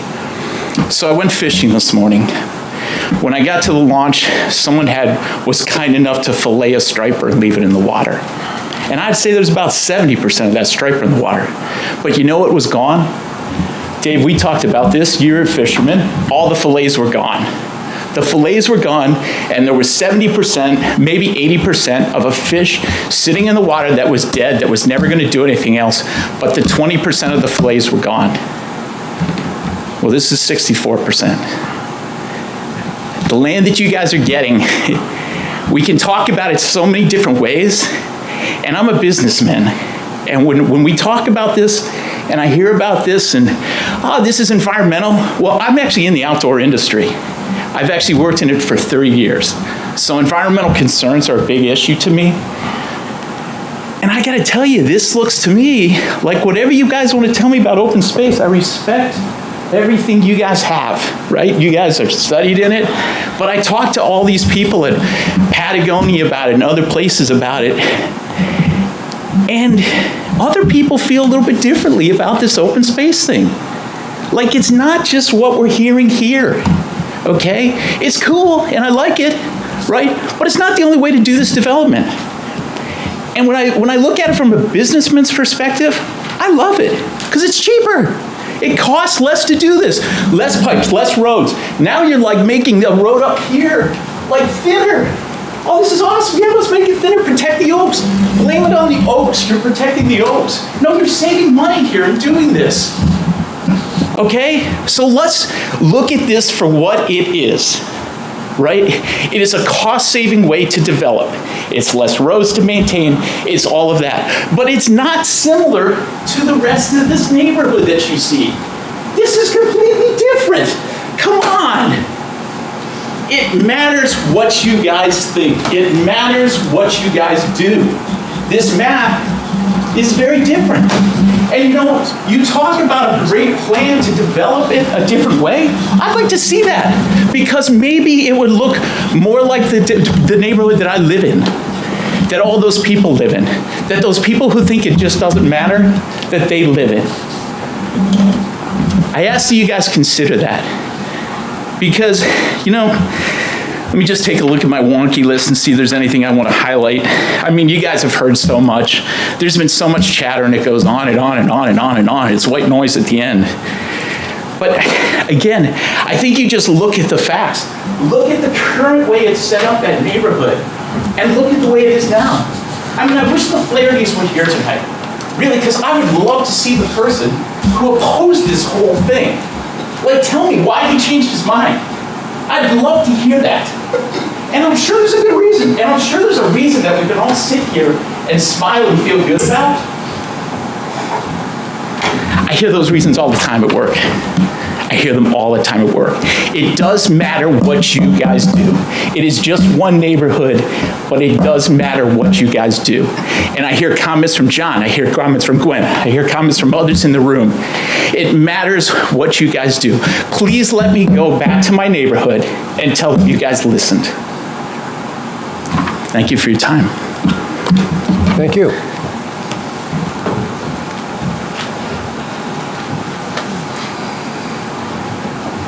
Hello, board. My name's Jason Conway. I'm 5 Tamarind. I'm in a butter that is diagonally across from where the development's planned. At the last meeting, I brought up a concern related to the culvert, so I want to focus my comments on that. The culvert has been collapsed for about 2 years. When I spoke with Jay Perkins, he mentioned the culvert's been not functioning or partially functioning since 2003. So I moved into the property 2008, and since that time, I've seen a large growth, and I don't want to call it wetlands because I'm not an expert, but large growth in standing water and what looks like wetland to me. So it's a lot of cattails and trees that look like they're getting damaged by growing water. There's been a significant impact by the lack of a properly functioning culvert. So when I hear, I think it was Jim, right, talk about the state of the property and the development, and this is a wetland, and this is right here, and that's what it is. When I think about a culvert that has been working as intended for almost 20 years, the town, I've heard from Jay that, they passed the budget and they're gonna, fix the culvert, and that's coming very soon.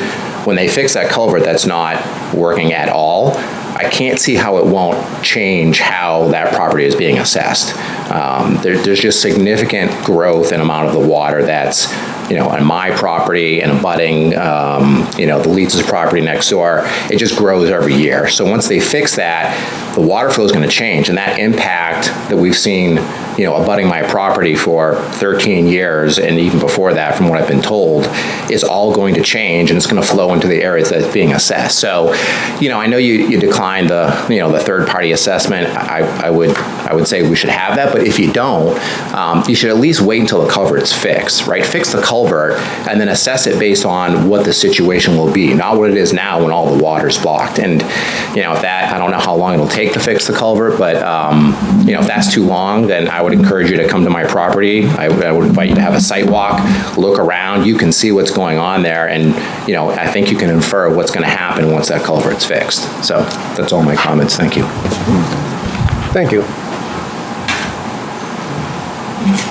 Anyone else like to speak?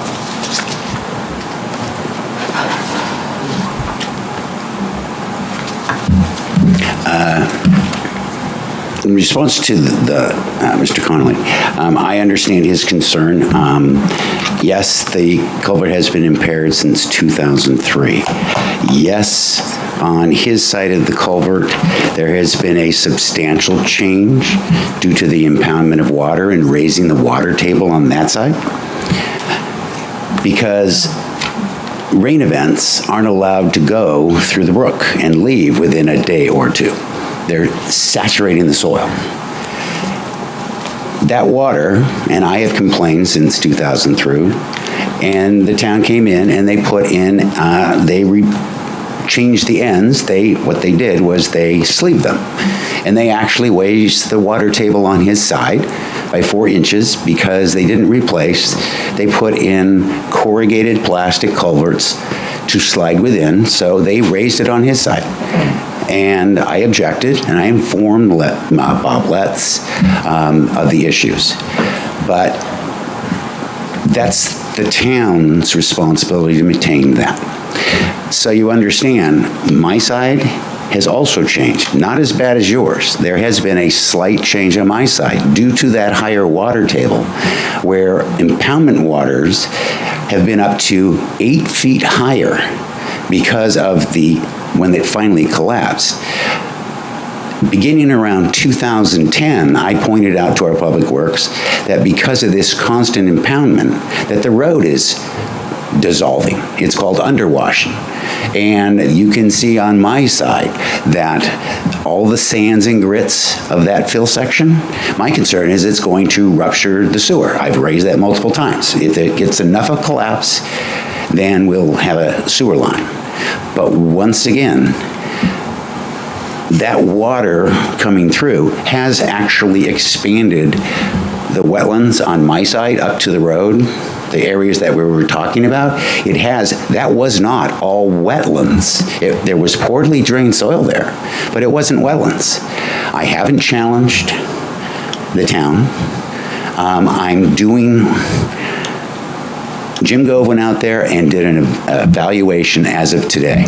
And I've come before the town with a proposal without any conditions based upon what it is today. But he's right, there has been a change. On my side, it has been evaluated. And when the town finally gets around to fixing it, I can tell you, your side will go down, but my side will also actually get better. It's not going to get worse. It's going to get better. And Jim can probably tell you it's going to take 10, 20 years for it to get better. But that's no reason for the planning board to ignore the facts of today, what the zoning ordinance are, what the environmental regulations are, and what the delineations for today when we were seeking our approval. So I ask that, once again, to not go with another delay, which really has no basis. Thank you. Thank you. Do you mind if I just follow Certainly. up? Excuse me, sorry. So this is Jason again. Yeah, so, Brian, I'm concerned about my property for sure, and that's between me and the town, right? I hope the town fixes it, and I hope that improves my property. Just my point is I feel like there's a bit of speculation going on, right? And again, I would invite Jim to come look at my property. I know that he's inspected the property that would be developed, but if you look at my property and that change, it's hard for me to know, and I don't know that anyone is an expert, Brian, myself are experts to say, my situation is worse, his situation is worse, it's all gonna get better when we fix the culvert. If we're gonna fix the culvert, let's fix the culvert and see what that's going to change. If we're going to introduce change into this that will change the environment, we're kind of speculating about what will happen. When I look at my side, I'm telling you, there's been change, and yes, it will improve when the culvert's been placed, but my point isn't about I want to improve my property. My point is what's going to happen to that property when all the water that's dammed up here starts flowing through regularly there. So that's my point there. I just wanted to emphasize that. Thanks. Thank you. Mr. Chairman, can I Certainly. make One more comment, please. It's only Please be brief. To answer a question that I believe Gwen asked in the last meeting. At the end of the last meeting, I did have my hand up, and I know we were running past the time, but there was a question raised. It might have been Gwen, it was a female, so I'm sorry, I don't mean to be sexist, but it was a female, it was maybe Jennifer, maybe Gwen, had said, what would you like us to do about the conservation review that we were asking for, right? So I thought about that as we've had now 2 or 3 weeks since this meeting. I think that's a very fair question. I very much appreciate you asking us as abutters to answer that question. So I'm not an expert in this, so I asked a few people, where are the areas that we should target? John, you were talking earlier, and you talked about the pond where 40% of it, I think, is being taken away. To me, that might be a place. This road, this thinning road, I think that's a place to focus and just understand exactly what we're looking at.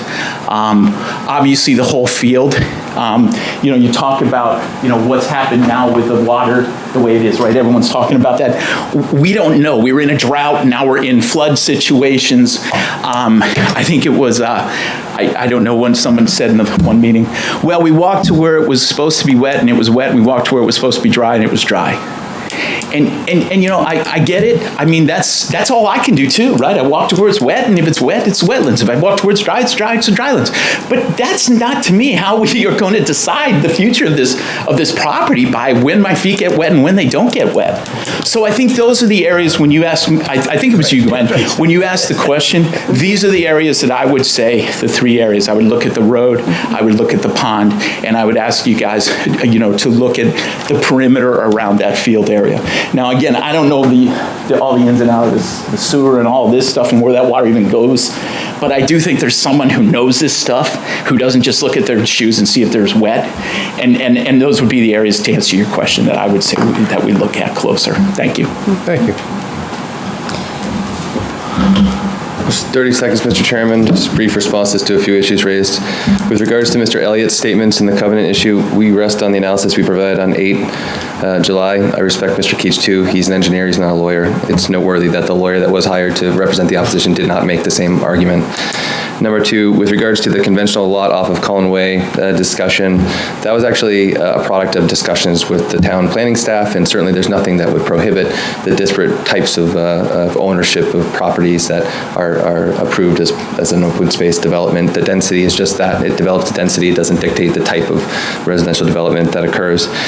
The third allegation by Mr. Elliott was that the perimeter buffer, with regards to the perimeter buffer waiver, that the request was violating the exact reason why the waiver exists in the first place. And I would just submit that regulation just by its plain language and by its express language, exists to buffer incompatible or disparate uses. We are talking about single-family residential on one side and single-family residential on another side. If the Grisettes, it's the same use.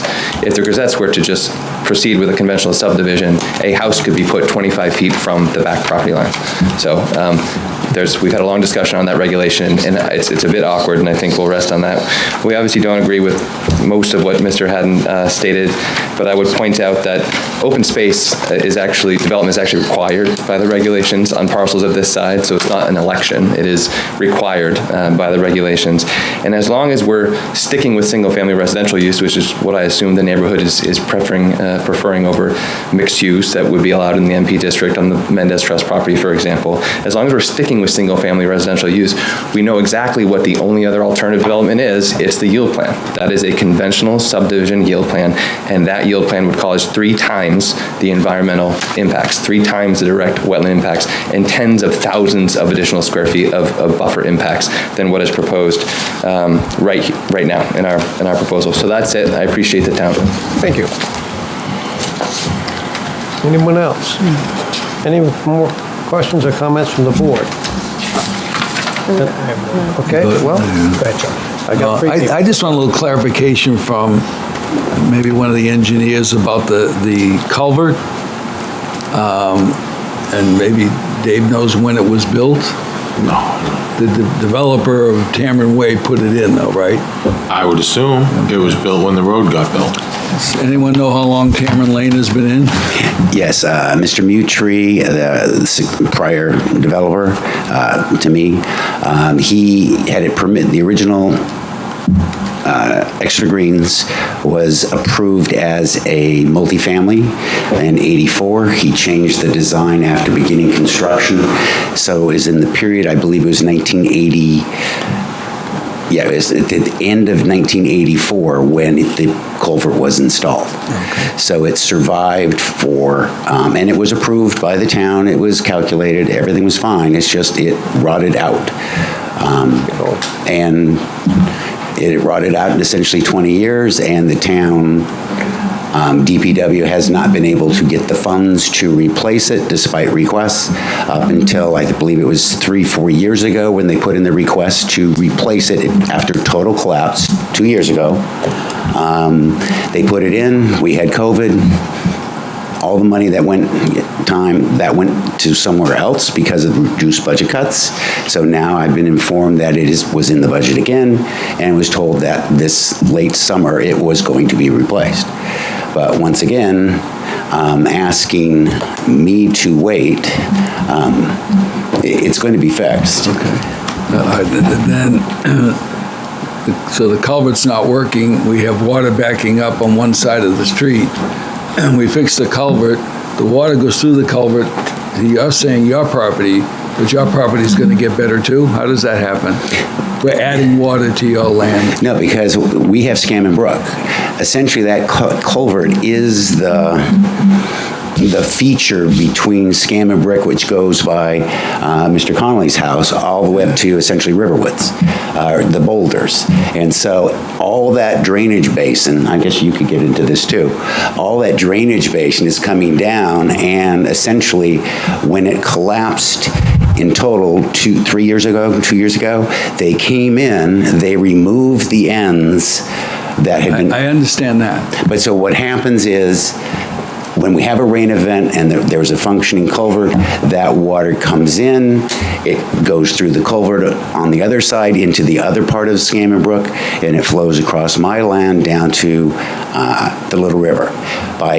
So when they reopen the culvert, rather than having that reservoir filling the groundwater level, raising the groundwater table, once they open that culvert, that water will come through, go out, and then once the water's gone, if there's no rain, especially over the summers, it gets to the point where Scammon Brook is dry and cracking down at the lower end of the field. So that's why it will not get worse on my property, because as you saw from the map, Scammon Brook is being preserved and unobstructed all the way down to the Little River. And so that's how it's done. And Christian can answer Christian the can question. maybe help. Because I don't understand how if more water's You see in the water flowing, but why wouldn't it flow anyway?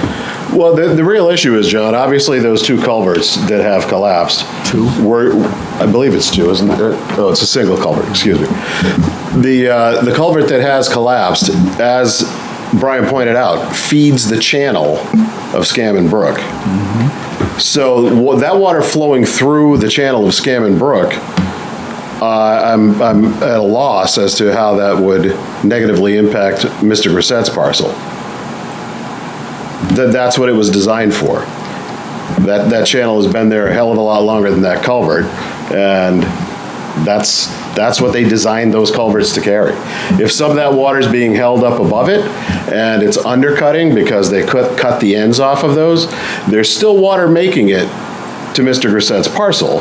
It's just not going through the design channel or culvert that was put in there to do. But the channel that is the natural Scammon Brook is obviously going to handle what's coming at it. I mean, that's what those culverts were designed for.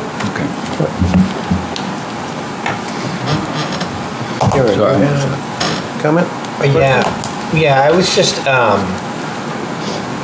one of the things that I thought would be helpful, certainly for people who aren't physically here, would be for someone in the neighborhood, one of the 10 households that signed this 2-page document that was submitted today, read it into the record.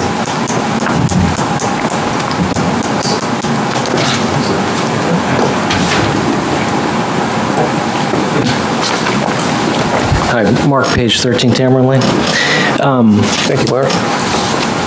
My view would be that this is part of the record. It's been submitted Not to for you. me, I read it. It's for the audience that didn't read it. Yeah, it's. I'm asking someone to read it. Okay. It's making it public. Well, it is part of the public record, right? I mean, without me reading it. John Smith, sitting at home, has not seen it yet. I get it. He'd like to hear it. Got it. Thank you. Thank you, Mr. Chair. I just want to make 2 quick points. There may be an easy answer to the regulatory interpretation question, which Attorney Passay brought up, and that may be get a third opinion, or get your counsel's opinion about in terms of what a plain reading would be of the regulation. I understand that, Mr. Grissette's team is going to advocate for his position. I think we have to be clear about that. Same thing with the impact of the culvert. So I'm happy to read the letter as well. Dear Chair Plummer, this letter is to follow up on our prior letters submitted to the Planning Board to provide some comments on Attorney Justin Passay's July 8th, 2020 letter to you and your colleagues regarding the above referenced project. Number 1, Attorney Passay and Brian Grissette submitted an affidavit by Donna M. Hulney, a resident of Arizona. She purports to relay comments made by Ann Burke 18 years ago. Ann Burke has been deceased for 9 years. We don't believe the Planning Board should rely on this affidavit. The rules of evidence probably don't apply here, but that is hearsay. Ms. Burke is not here. We don't know what Ms. Burke said. Number 2, Section 1352 of the town's site plan review and subdivision regulations make clear the town's intent to impose the strictest standards when considering private provisions such as covenants. In this regard, abutters and neighbors told the Planning Board at the September 26, 2019 Planning Board meeting that the protective covenants exist and apply to land within the project, adjusted in 1993, and further noted that the plan as it was provided states that there are 0 restrictions and covenants in place, and that's just simply not true, end quote. These same assertions were made by abutters and neighbors in a letter dated May 27, 2021, and during the Planning Board meeting on that same day. We also included a memo from our engineer, Stephen Keach, dated May 21st, 2021, stating that the placement of planned home sites 15-1 and 15-2, as shown on the current development plan, is contrary to provisions of Article O of the Declaration, as well as terms and conditions of the Third Amendment, which explicitly acknowledge the proposed residential development is to be situated entirely on the remaining land, end quote. Further, we note that Article A of the Exeter Green Protective Covenant states, quote, "No building shall be erected, altered, placed, or permitted to remain on any lot other than the one detached single-family dwelling." end quote. A single-family home, 8 Tamarind Lane, was already built on the land adjusted 1993, and units 15-1 and 15-2 cannot also be placed on this land. The town regulations clearly place significant importance on covenants in its review process, and we encourage, and I'm adding, in addition to the letter, that is part of your job. These covenants run with the land, and we have provided professional analysis by an engineer with significant experience with long tenure in New Hampshire, demonstrating how covenants apply to this matter. And we respectfully request that the planning board remove the 2 planned home sites, 15-1 and 15-2, from the site plan.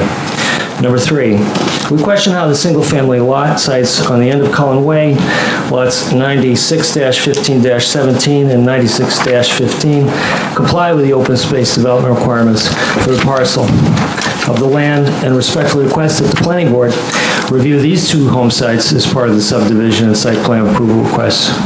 Number 4, we believe strongly that perimeter buffers required for open space developments exist for good reason, i.e. minimize potential negative impact between adjacent land uses. We respectfully request that the planning board deny the waivers to section 9.6.1.2 and 11.2.8 of the site plan review and subdivision regulations to substantially reduce the perimeter buffer in this project. And number 5, this is in the form of a question, has the trustee of the Mendez Revocable Real Estate Trust, Brett L. Nieper, himself authorized development of this land, tax parcel 81-53. We request the planning board and/or the town of Exeter verify this because Mr. Nieper's authorization is required for this project to proceed. Number 6, the planning board has an opportunity, and this goes to the planning issue that Mr. Elliott had raised with respect to the Brickyard Pond parking issue. The planning board has an opportunity to address a variety of issues in this matter that are of importance and relevance to the town, its residents, and our neighborhood in particular. It could solve the serious safety issue of the inadequate Brickyard parking on Kingston Road during youth athletic events. It could also address the legitimate, serious concerns of butters and neighbors with respect to wetlands impacts, longstanding drainage issues, and traffic, all of which affect the neighborhood. And lastly, there could be an opportunity in collaboration with the Conservation Commission, Parks and Recreation, and Public Works to actually plan a comprehensive, thoughtful approach to developing and enhancing the Kingston Road transition areas identified in the master plan. We hope this board will appreciate and act on this opportunity to benefit the town, its residents, and our neighborhood. And finally, point 7, as stated in our letter in Planning Board May 27, 2021, we also request that A, conveyance of the Mendez Trust property to the town of Exeter as conservation land, B, prohibition of any further subdivision or development for any purpose of the Grisette parcel land, that's tax map parcel 96-15. The release of town council's memo regarding legality of the use of transfer of density and Mr. Grisette's agreement related to Brickyard Pond, and third-party independent review of the wetlands delineation. And those are respectively signed by numerous people. Some are abutters and others both on Tamarind and Cullen Way. Thank you. Thank you. Gwen?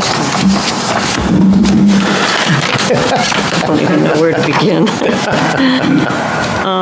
Gotta get this one too. I have a lot of questions. I guess on the heels of reading this letter, this is the first time I've heard anything about Brett Nieper, and I would be interested to hear what the applicant's comment is in reference to that.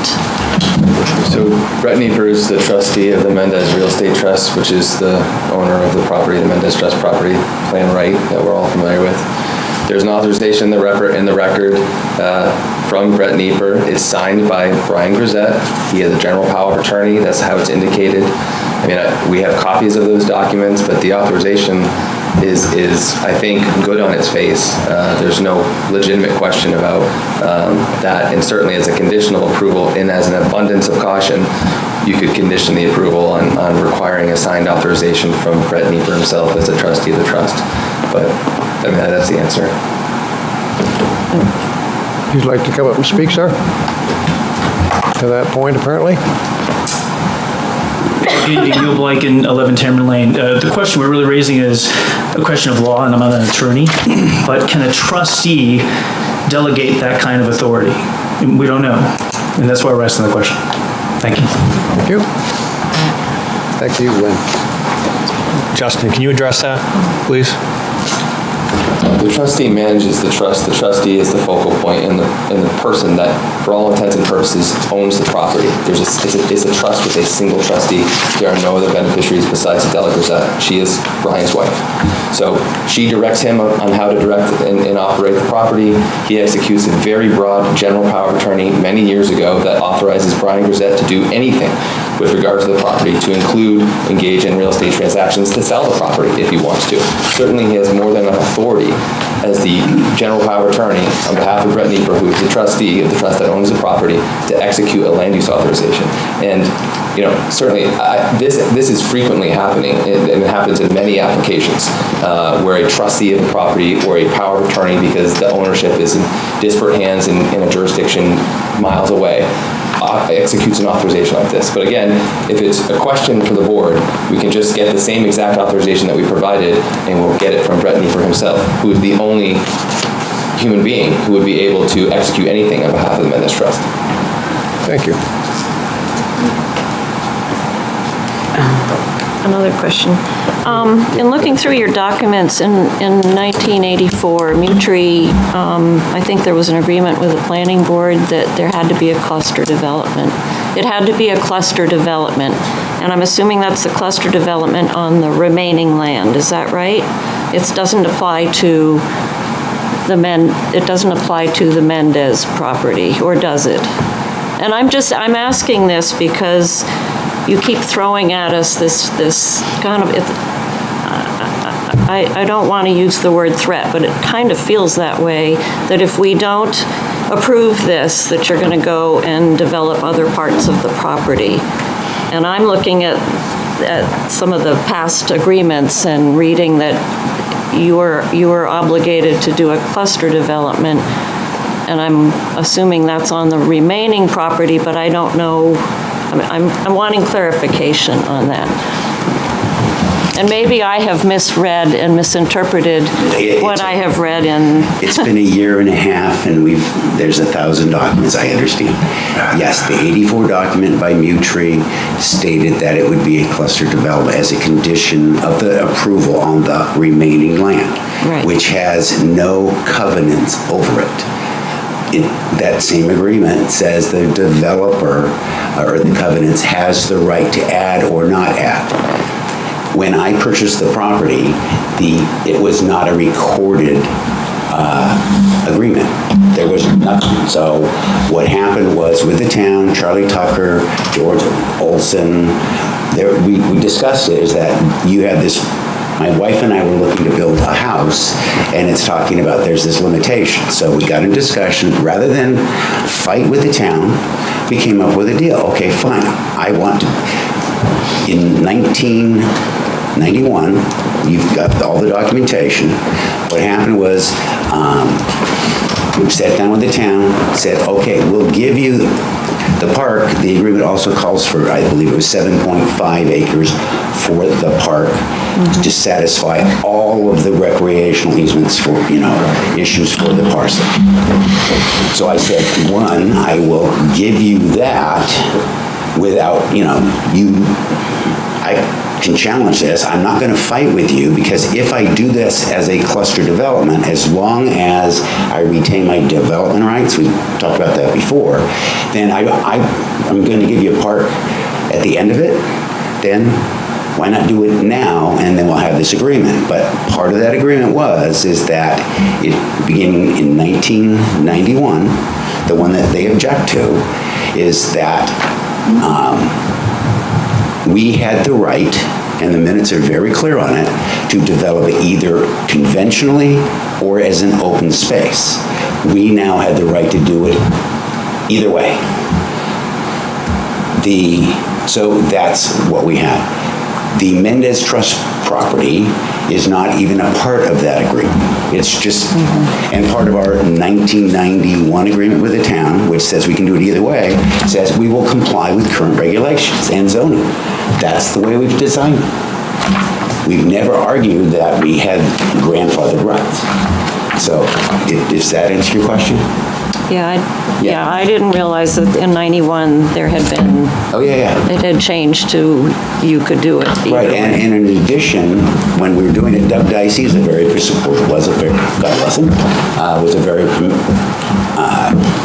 persuasive man. He argued for a children's park, and that was one of the reasons we did it. And we raised it from 7.5 to 9.38 acres to add an additional buffer space for it in the future. So that was all part town was aware, planning board was aware. That was the deal that we did. And in regards to the threat, please don't, it's not a threat, okay? When I state facts, or when my consultants and attorneys state facts, they talked about 30 years ago, back in 1991, this is what I do. It's one of the things I consult on is environmental land planning use, because there hasn't been much, at least there wasn't in 1991, in the state.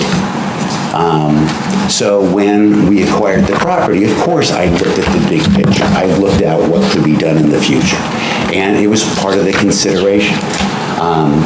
Now where we're at, once again, I look at the alternatives.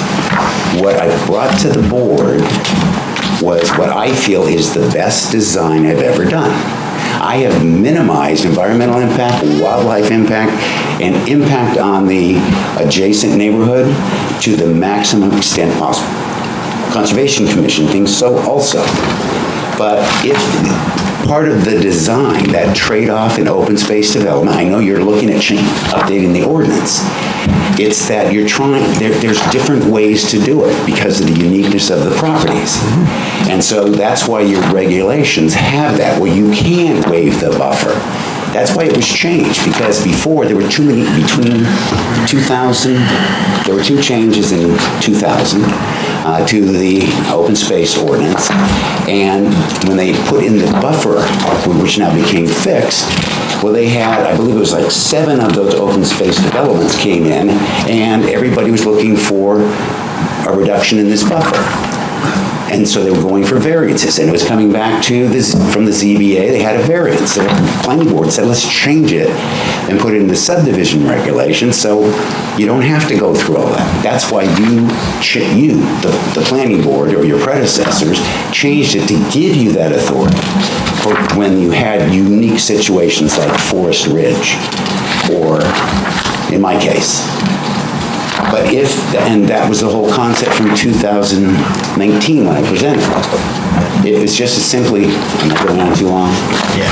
But it was simply when I designed it based on, I can do this development and maximize, minimize, and get 16 of the 18 there with this 50-foot. If for some reason, contrary to past practice, everything else, this board was to turn around and reverse the course of the town's planning board interpretations, then the truth is, okay, this development, that's why they're fighting it. They want to stop the whole development. It would make this plan not work. And when I sit there and say, that's fine, it's not fine, but the point is, I'm left with, I still have a yield plan. I mean, there's a lot of things I could do. I could go for a variance so that I can now do no open space. It's all going to be conventional. And we're going to do that whole thing. Yeah, open space saves money on the road construction costs, but the lot values are probably $20,000 more right now per lot. So there's another $360,000 minimum that I could sell the lots for. So it's not this, as they're representing, that it's all about saving, making more money. All it is, and that's why I'm trying to say, I've done the best job I can. If you say no, it's not like I'm walking away. What I'll do is I'll come back, and as Justin was talking about, and Christian, Jim, there are 5 distinct upland areas. And by state statute and federal statute and our zoning ordinances, I have a legal right to access any one of those 5 uplands and do a wetlands crossing. which would cause more damage. I don't want that. That's totally against my environmental background. You and I have worked for years, you know, back in the day that I've been involved with the Conservation Commission. It's not a threat. It's just a statement. That's what could be done. That's what I chose not to do. And hopefully you will agree. Just for the record, it's not allowed by right. He doesn't have the right to do it. He would ask for a waiver from it. Thank you. Just, that, I think that's the answer. That is an important clarification. Thank you. There's different alternatives. Right. And I think in defense, just before you sit down, I think in defense of the neighborhood, I don't think, if this was in my backyard, of course, I would prefer not to see it develop. But I haven't heard anybody in the neighborhood say that you have, I don't think anyone wants to be known as anti-development. I think they respect your desire to develop your property. I think it's more just they feel it's an overwhelming number of homes on your lot. I don't think anyone is saying, you know, darn it all, he has no business putting houses in. I don't want him to put houses in there. I think it's just the magnitude of the project that. So I mean, in defense, I mean, I can't speak for them. I don't live in that neighborhood. I'm there occasionally with my dog, but yeah. I don't want them to look like the bad folks either. But everybody doesn't like change. Right. It's not easy. Understood. But in you know, it's like Mr. Hatton, he made the comment at the last meeting that he was unaware of this was going on when he bought the house. He didn't know zoning law. I don't expect him to.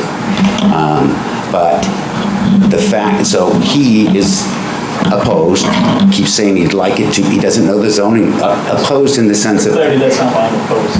as designed. Okay. Okay, Yeah. Brian. Can we move on? Yeah. Yeah. Sure. Thank Okay, you. Thank you. Can I talk for a second? Sure. So, I did want to address a couple things that the abutters brought up that I think, you know, we've had a lot of discourse on this application without the board deliberating much. So it's good to get a little bit of give and take with the board's involvement. As much as the abutters and Mr. Grissett want to debate, I think ultimately this board has to vote on an application. And if they start to hear what our thoughts are and dialogue with us, it might move this forward in some direction. So I think it's worth discussing some of the matters that they've brought up a little more formally. So I do want to say to Mr. Haddon, I thought he brought up some good comments. I appreciated his passion this evening. I thought that was very helpful. I will tell you, I think if you look at our master plan in Exeter, we do encourage open space, which is what that is. That is an open space project. It does not look like 2-acre lots. That's what it is. It's what it's designed to be. That's part of our master plan. This board, we don't make the regulations. We're here to try to interpret them and enforce them in a legal, appropriate fashion, taking input from all parties. There's no acting lawyers on this board. We have counsel when we need it. We've had it in regards to this case. One thing that I don't understand in the letter we got today was 7C requesting again our town council memo. I'm not sure, I'm a father. I have to say to my children every once in a while, no does mean no. So we can tell you again that we're not going to release that because we want attorney-client privilege and we respect it, and that's in the town's best interest not to make that public. But you could probably interpret by our actions what it was. So I don't get that again request, again request, again request. That, it just doesn't really work very well. I think 7D, third-party independent review of wetlands delineation, I think we've debated that thing numerous times. You've debated that in front of the Exeter Conservation Commission as well, and I have yet to hear a reason for having it, other than, wouldn't it be nice? Shouldn't we have another party? That's not our process. That's not how we do it. We don't require a third-party delineation every time someone comes in front of us with an application without a compelling reason. And we are putting our faith in Mr. Gove and his reputation and his work and his testimony. We've done it before. I have yet, in my professional experience and my experience on this board, found a time when Mr. Gove has misrepresented something. I can tell you that. So, I get the concern, but I think we've dialogued this a bit. And one of the things that makes this type of case challenging is that you guys keep regurgitating on both sides. If the applicant wants to tell me how long this hearing has taken, try listening to the owner of the property. There's a book called The 1 Minute Manager. Someone needs to read it. And I'm not trying to be a jerk, but if you can answer it in 1 minute, don't take 2 hours. And then tell me that we take too long as a board to make decisions, or that we're not taking the abutters consideration. I mean, if we weren't taking in consideration the abutters in this case, would we still be here? Would we still be dialoguing and interacting with you and having you read your letters and listening to you? Obviously, we're glad you're here. We are a community. We're representatives of this community. We're here as volunteers, but we have to obey regulations. This man has property rights, and you have rights as abutters. But there's laws and regulations that we have to adhere to, and that's what we try to, as a board, properly negotiate with the additional professional input when needed. Dave's an excellent planner. He helps us often. So I think in terms of the issues that you folks have brought up today, I didn't see anything really new coming in. One thing I think that I do want clarification is issued in your 7A piece about the Menendez property, because I know there's been dialogue about how that would happen or what conditions, and I guess I would like to hear further from someone in the applicant's team regarding that, because I've heard, I think, conflicting potential requirements if that was going to be transferred. So I'm wondering what stipulations is the applicant looking to put on in regards to that conveyance?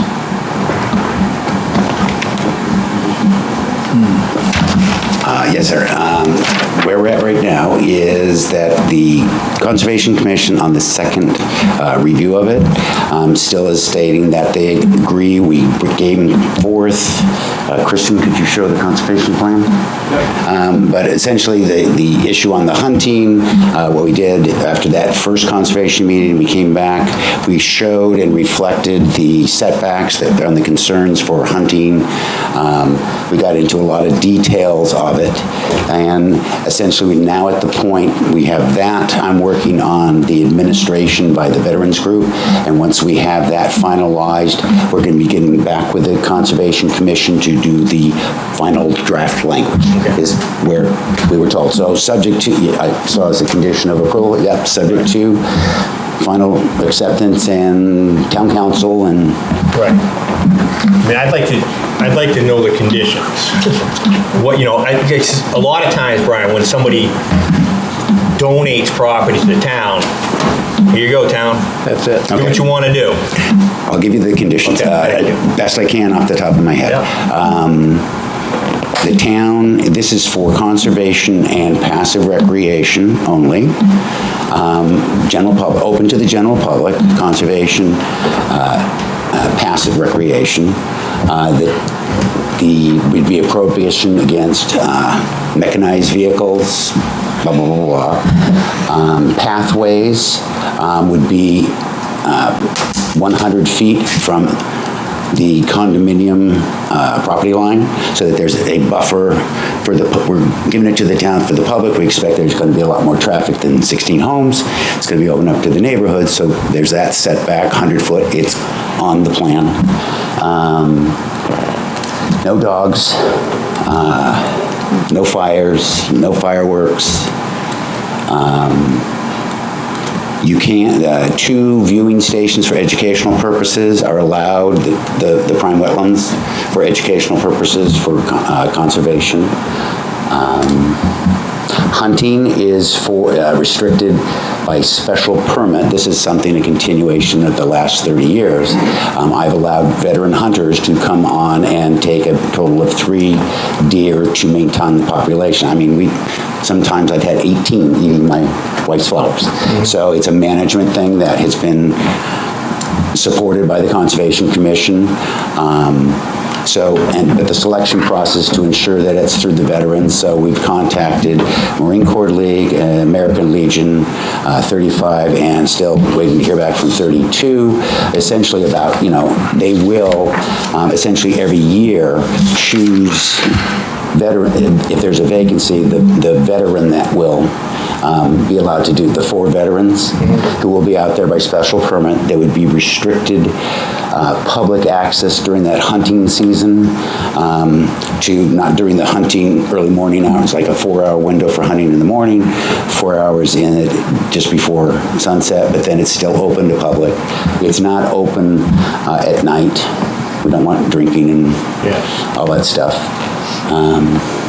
The town has the right, deeding this over, I had offered Public Works when they were talking about doing they were looking for money and with permission to do the deep water drilling, looking for water sources for the town. I had offered it.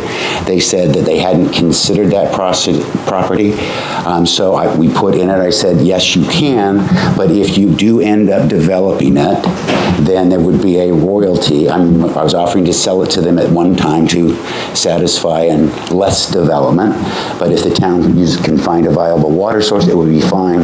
And there's a royalty that goes to, I can't remember what it is, Veterans Group, where that's where the royalty would go. Similar to, basically it's tied to PEA.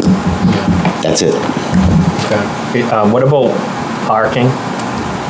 Oh, the access and parking was raised at the Conservation Commission, and it was stated that the access down from the park coming through there, they had access, they had no issue with it. That in regards to parking, I agree when we gave the land to the town for the park. The parking lot is rather small, but I didn't design it.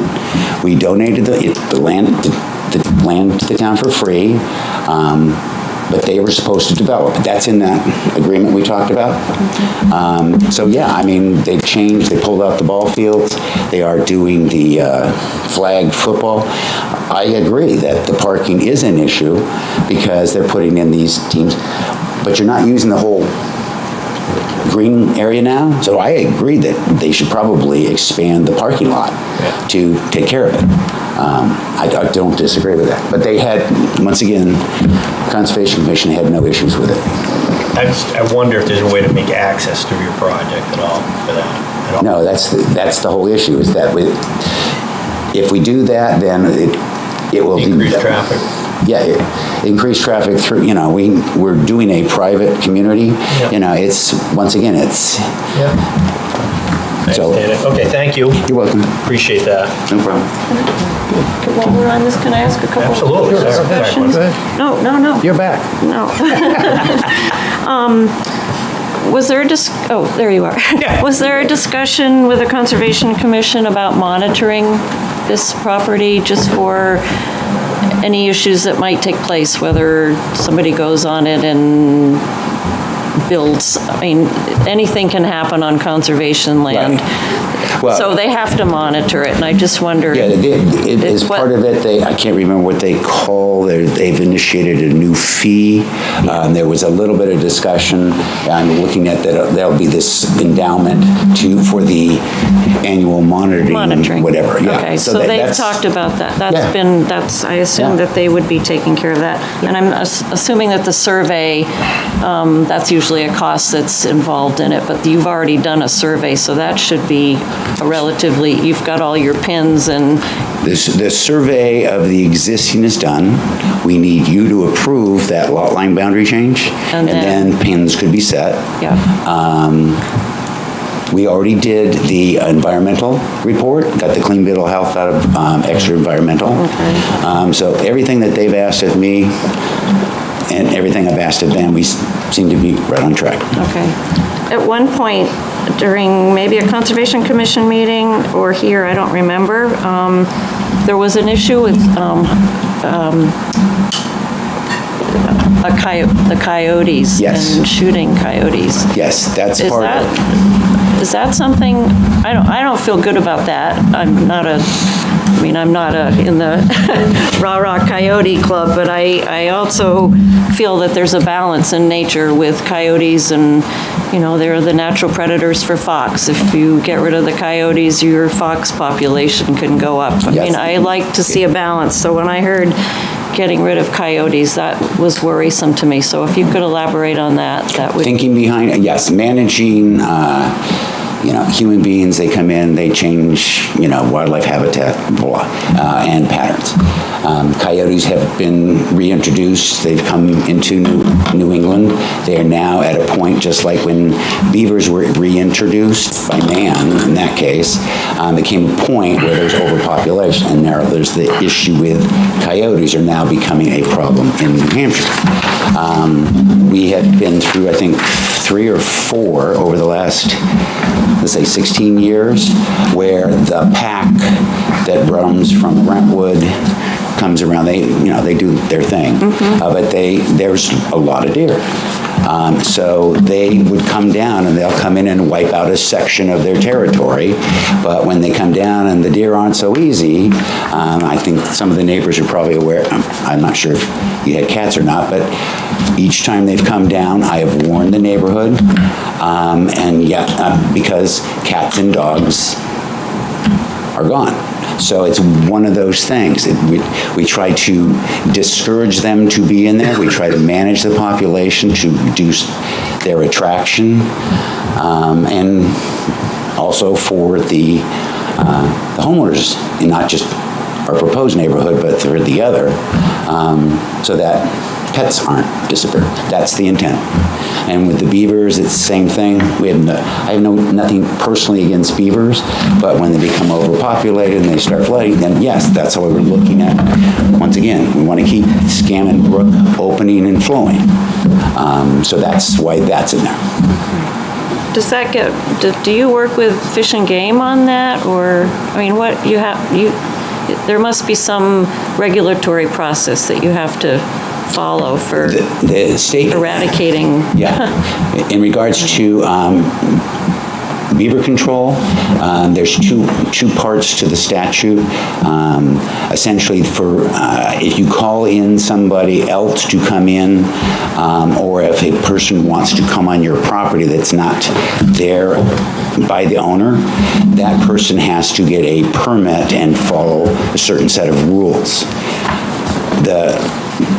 So that's what's in the statute and the regulations. The second part of it, there is an exemption which says for those beavers that are considered nuisance beavers causing damage to a person's property, the homeowner has the right to remove them. So that's one of the reasons, as part of that's another one on the town, is that we ask the town to do it, but if they don't, that the homeowners association that will be there, the condo association will have the right to go in and do that. Because if they can put one anywhere. And if it's 20 feet over the line, we want to be able to deal with that. All right. Okay. Thank you. I want to enter in the record another letter that we received. So again, that everybody knows the correspondence that the board has been receiving. This one is an email. It was availability of the planning board meeting tomorrow night regarding case number 20-2. It's from Patrick Flaherty. Addressed to Barb and Dave. Sorry the late notice, but I was just found out last night about something that will keep me from my upcoming meeting. While Ann and I have been both vocal on the Zoom calls throughout the process with regard to Grisette Planning Board case number 20-2, I feel it necessary to ensure that our previously voiced support for the project be made once again. With regards to the 7/15/21 Planning Board session, Ann had a shoulder surgery 7/13 and will not be able to attend either in person or via Zoom. Thankfully, we have an extra hand in the House right now for helping her recover, but she still will not be able in position to participate in any session. For myself, I found out last night when Exeter 9-year-old all-star baseball team won the state tournament that my son's team will be representing New Hampshire in baseball tournament that kicks off Friday in New Canaan, Connecticut. As a volunteer team assistant, both he and I have traveled down late Thursday, which will most likely prevent me from being able to attend in person or via Zoom, at least to do it safely. We are in support of the previously communicated setback waivers, and we have been vocal from the onset for our desire to keep the private road off our property via the lot line adjustment that may be also discussed.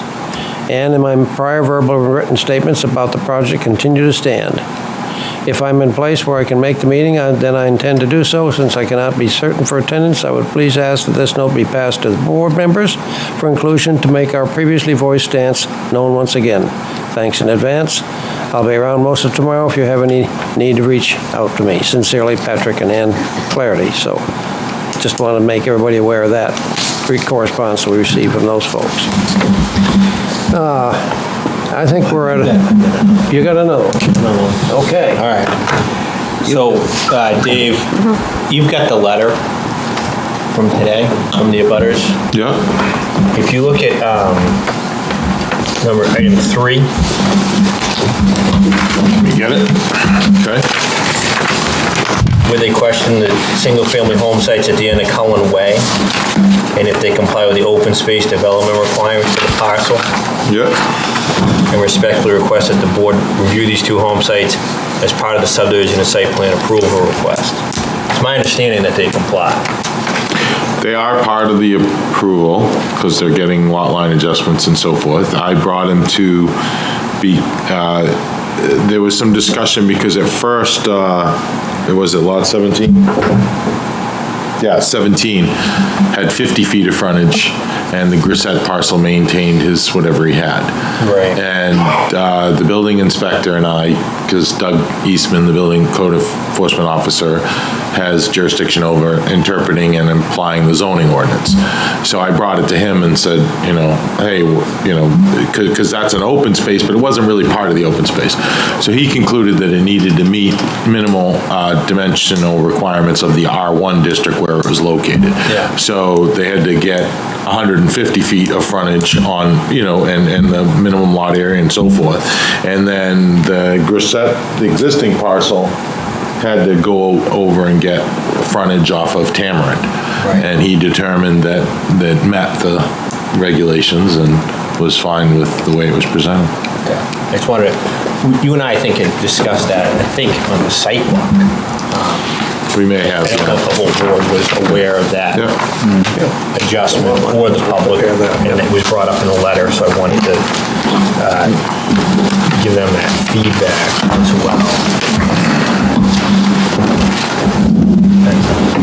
Okay, anybody else on the board? All right, I'm going to close the public session at this point and bring the board into deliberation.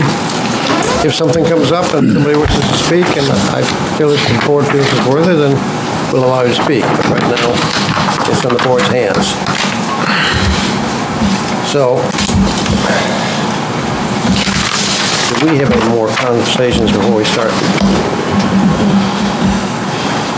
with any motions or waivers we need to deal with? Mr. Chair, I just have a question. So, yes, please. This is the first time that we've been able to discuss the plan. Absolutely. Or even have had an opportunity really to ask questions about the plans. I got a lot of questions. I got a lot of markups on these plans. So, yeah, please. How should I just rip right into it? Do we want to rip turns? Right into it. How do we want to do this? Rip right into it. We haven't heard from you. We got to get, right. You've been well, most of my stuff is like kind of engineering design. Well, Gwen and Aaron have kind of, yes, go ahead, please. Dominated class. Say it. All right. So I guess I'm going to start with the road, the access road,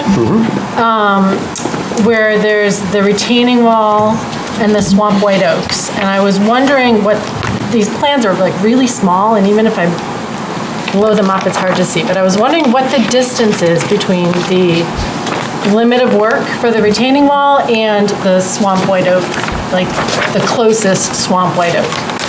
What is that? And it doesn't have to be exact, but I'm looking for like a ballpark measurement. The closest one in the retaining wall on the south side? Yes.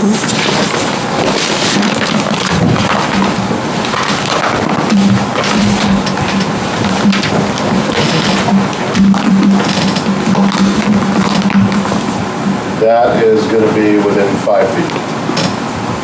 Okay, in my opinion, that is too close for mature trees, and I think that I'm not an arborist, but I work with a lot of arborists. The general requirement is that you want to be at least 5 times the DBH for any disturbance to the tree, if you want to actually save the existing tree. My personal recommendation would be that we actually have an arborist look at these trees. There is some kind of preventative measures that can be taken, like root pruning done 6 months before construction can help the tree start to grow some new roots, so that, and actually have an arborist do the root slicing. So, because basically these swamp white oaks, their roots are going 40, 80 feet. So you're going to have to cut some roots to build this retaining wall. I would like to see these trees survive, and I know Gwen would like to see these trees survive, so I would suggest having an arborist do that pruning. Okay. Should I go to the next one, or should we let the applicant? Yes, and then we'll come back to Okay. Yeah. Make some notes, Brian. I think if we talk, Jen, and then they give us Okay. feedback, it's probably the most efficient way to state it. Okay, that's great. My second question is about the guardrails at this same retaining wall. There's, this section is showing a vehicular guardrail. However, there is a pedestrian walkway and there's a drop of 4 feet, which is not safe. So I would suggest putting in a pedestrian guardrail in addition to the vehicular guardrail, which has different requirements. It has to be a certain height. It has to have pickets, like balusters or pickets or whatever you call them, with like a 4-inch max. Basically, so a child can't be riding their bike or running down the street and fall over the edge. Anything over a 30-foot drop is usually required. That's only on one side of the road. That's only on one side, the side of with the sidewalk. Yeah. I do appreciate the fact that that road was narrowed and they're doing the retaining wall to minimize impact there. It's just that I think that design needs to be made a little bit more robust. And then on the landscape plan, my general comment is it feels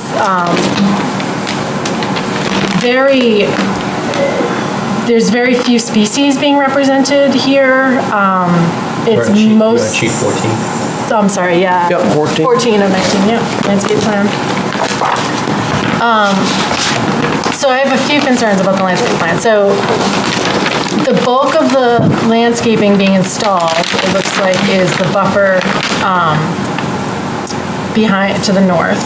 It's evergreen, and it looks like maybe 2 or 3 different species of evergreen trees. This is a woodland setting with a very diverse, it's not a monoculture, and I think introducing a monoculture, it's not gonna look great. And I get what you're trying to do to screen the neighbors, and I get the layering and everything like that, but you need more variety of trees back there. I would definitely put in some deciduous material for biodiversity in that case. And same with around the wetlands, like having a row of 4 juniper, not the wetlands, the detention basins. A row of 4 junipers is not, I'd rather see something a little bit more naturalistic in this environment. That's gonna look like it kind of calls attention to it more than anything, to the thing that you're trying to screen. So that would be my recommendation. the cul-de-sac looks like it would just be grass. So it'd basically be like a grass bowl with a drain at the bottom of it. Is that what I'm looking at? May I address that, Mr. Chairman? Sure. It's kind of a question, yeah. Yeah, that is exactly, that functions as a sediment forebay for the wet pond downstream of that. I think I would like to see it being thought of as, it's also kind of a focal point of the neighborhood. I mean, you've got 1, 2, 3, 4, 5, 6, 7, 8 houses looking on this. So I like to think of the center of these cul-de-sacs as kind of like, that's also the town green. That's like where kids are gonna wanna go play. That's where people are gonna gather. In my neighborhood, we have one of these, and we actually have block parties in there. You know, we bring out picnic tables and fire pits, and so I would love to see like at least some nicer landscaping in there, some trees. Also, I feel like grass, it's going to be really easy to just drive through it, especially at night, if you're coming along and you don't know that's there. So I would propose maybe sticking a light in there. There's no lighting in this application, it looks like, no street lights, is that right? No street lights. No street lights. So I would like to see at least one street light in the cul-de-sac or at the end of the road or something there to kind of indicate that, yeah, the road is forking here and, you're not supposed to drive right through, because I think people will, on purpose or by accident. And just you've got your details, you've got a deciduous tree on the plan, and there's not one deciduous tree being proposed, and you don't have an evergreen tree detail, so I would swap that out, or at least add the evergreen tree detail and add some deciduous trees to the plan.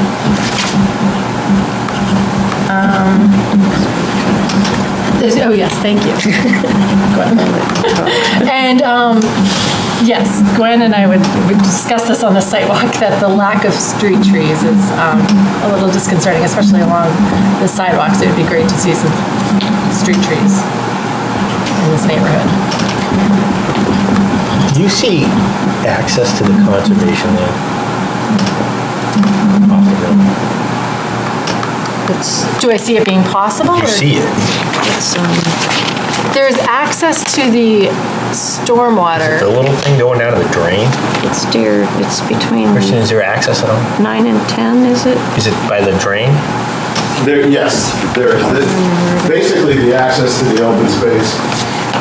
I mean, you do have access out through beside Unit 16 there, but I'll get to the page that Jim is looking at. Between 10 and 11. Yeah, between 10 and 11, but that's maintenance. Is it between 10 and 11? Correct. It is, but it provides you access. It gets you right on that existing farm road. And then would provide the subdivision, or folks within the subdivision, full access to their open space. Yeah. Did you have a follow-up? Well, I just didn't know what you thought about it. You're kind of the landscape expert on the team then. Yeah, I think, I don't know. I mean, in my neighborhood, we have trails, and we've got a little sign that says trail, and people access the trails however they want. Yeah. I don't think it's necessary. Okay. Personally, I think it's probably. Sometimes they're, The only last thing I wanted to add is, on this sidewalk, I did notice there's an existing fence, which is basically in the backyards of units 8, 9, and 10, that looks to be in disrepair. So I was thinking in the condition of approval should be making that fence, fixing loose nails, loose boards, that kind of stuff, so that it's safe if a kid chooses to start climbing on it. That's part of the needs. Yeah, that's our part of it. I think that was, I got through my list. Okay. Thank you.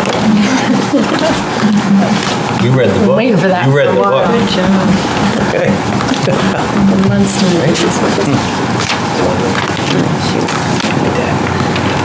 So let's, Brian, that's a good chunk to chew on. Would you like to respond to those comments, or? not all of them, but, we've answered some of those as we went, but there's a couple hanging there. We'll do it, I'll do it so it'll be quick. In regards to the swamp oaks, I agree with your assessment, but take into consideration, those swamp oaks were there before the farm road / was built, and so they're on the southern side of a stone wall that was there, and then they built the farm road adjacent to it. It's approximately close to 2 feet of gravel fill, so smothering those roots, I agree, is an issue. The trees that have survived, I believe, have established the root system. We're essentially, when we put in that block wall, we're going to be digging into that gravel base, but not down into. So the concern of killing off those trees, we don't believe it's a concern. Sure, I could get an arborist to come, as a condition of approval, to what techniques, but that is not a concern because they have already been impacted and adapted to where we're building the road. If you look at the section that I'm looking at on sheet 11.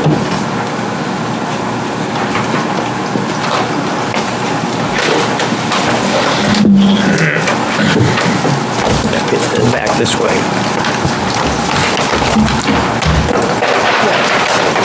So those blocks, I'm assuming the south side, so look at the section on the south side of the road. I'm looking at the cross section. Thank you. The blocks on the south side of the road are going, so you can see the dashed line is representing the existing condition. The blocks on the south side of the road clearly go below the gravel road, and then you have to consider that those are also going to have a gravel base, so you're gonna have to excavate out even more to install a gravel base for those blocks to sit on. So when the crew is out there excavating, they meet a root and they whack it as hard as they can, and they just keep going, or they shred it, and it's not good. Like I said, having an arborist come out and take a look. Yeah. The one thing I would say, because this, when you're looking at it, like a cross-section, this is kind of like a general detail, but in some places there is where it's not against the stone wall, you have, there's a section in this where it's not near the stone wall, where here, when they did the topo, it doesn't reflect on the topo, this steep drop back, because it's less than 2.5 feet or whatever, so you're not seeing that stone wall that's got this, but once again, condition of approval, I have no problem. Okay, thank you. Thank you. Other, you all set for now, Jen? I am. Okay. You said to address the other things.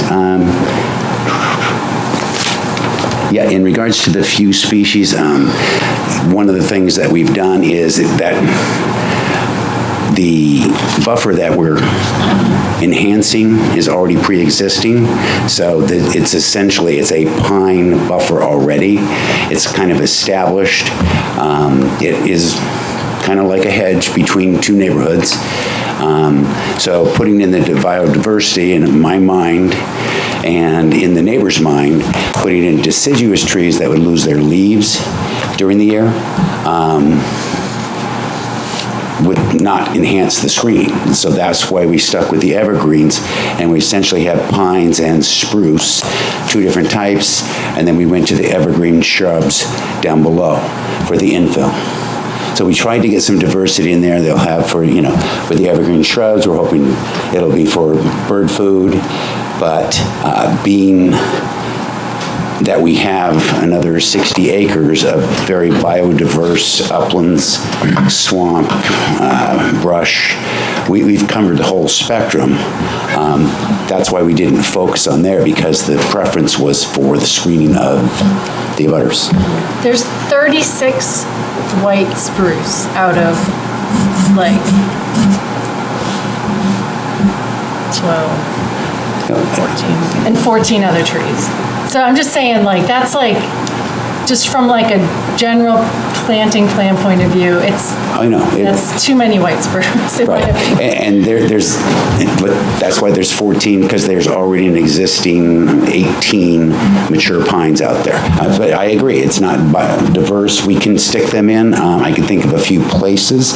But maybe just throw in like some hemlocks and some We were firs and some- told not to do hemlock by the natural resource officer because of the potential for disease. yeah. So, yeah, we've had the whole discussion with Kristen on it, and this is what we came in.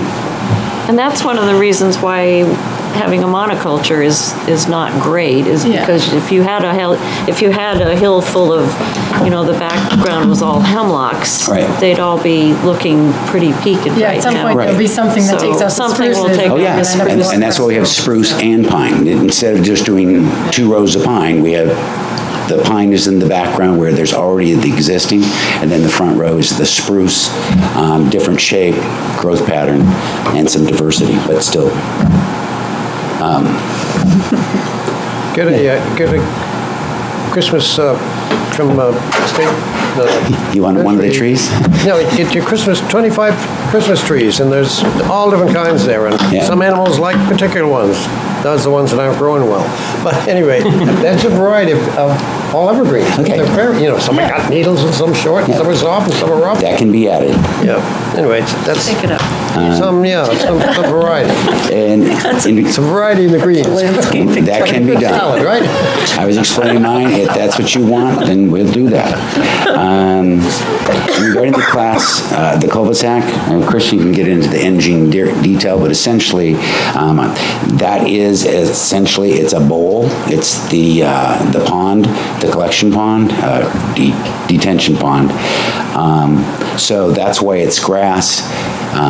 There is, in regards to putting in a street light, there were 2 concerns. One was because the wetlands areas, if there are amphibians close by, it was based on English study, this is the most recent one, but it causes about a 40% decline in population from having a streetlight that is visible to them. So it would impact the wildlife. That was one reason.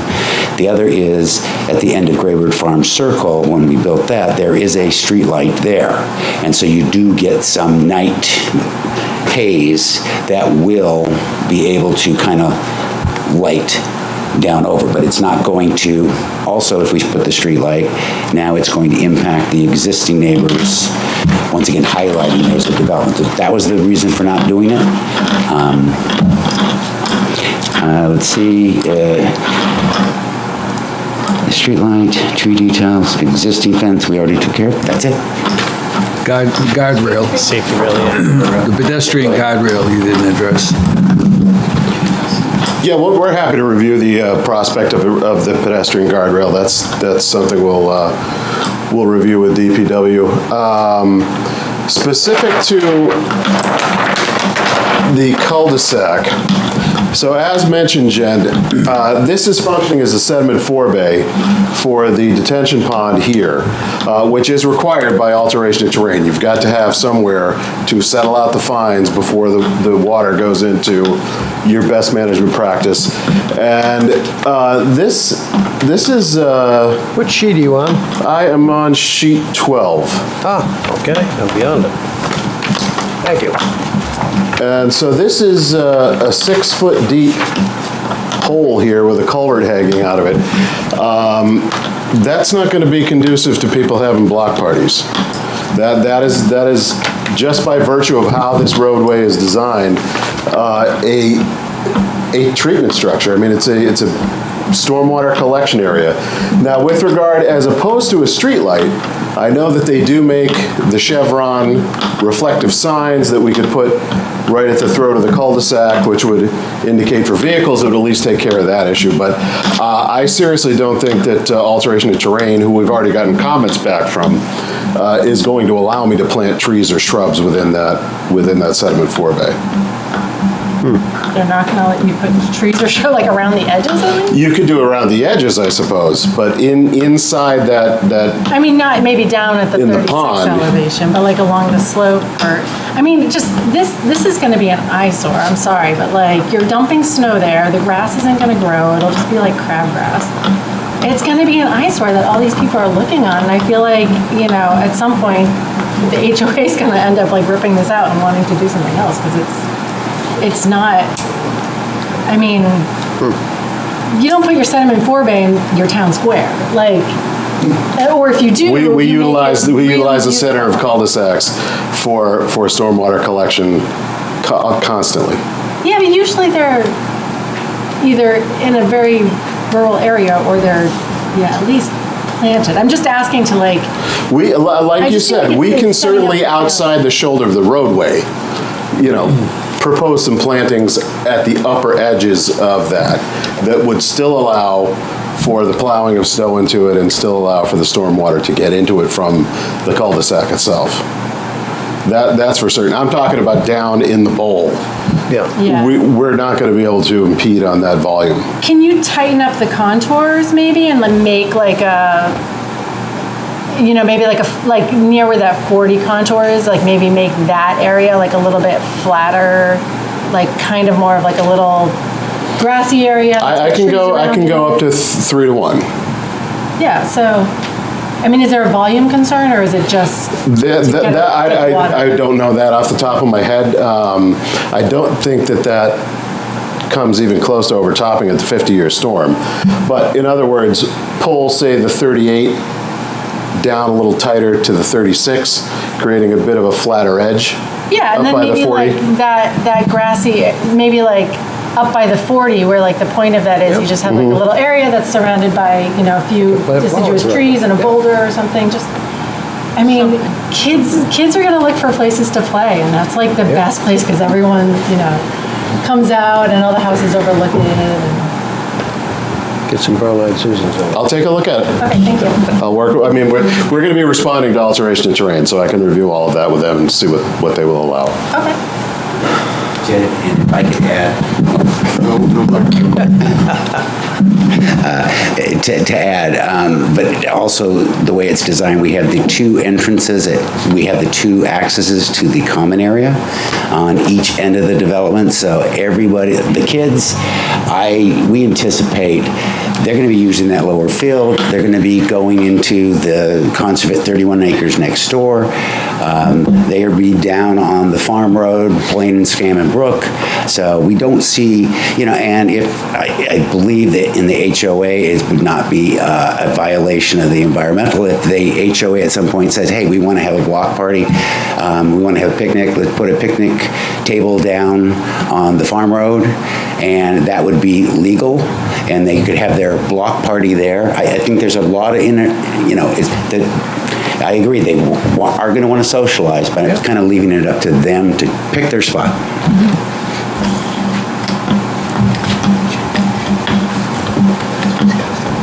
Someone got questions down here, comments? You gonna participate in the meeting tonight, John? Keeping you up? Gwen just reminded me that there's no Doesn't have any questions left, right? We've had this conversation before. Street trees. Oh, gosh. Actually, we're envisioning some wild apples, and I was looking at putting in 17 space throughout there. Since we do have, it's the 25 foot room for setback, and we have the, you know, we're talking about 45, 50 foot. We're looking to put one specialty tree. It goes along with the wild apples we have down below. And goes with the street name. So that was envisioned. If that's good for you, we'll have it on the plan. Yeah, that would be great.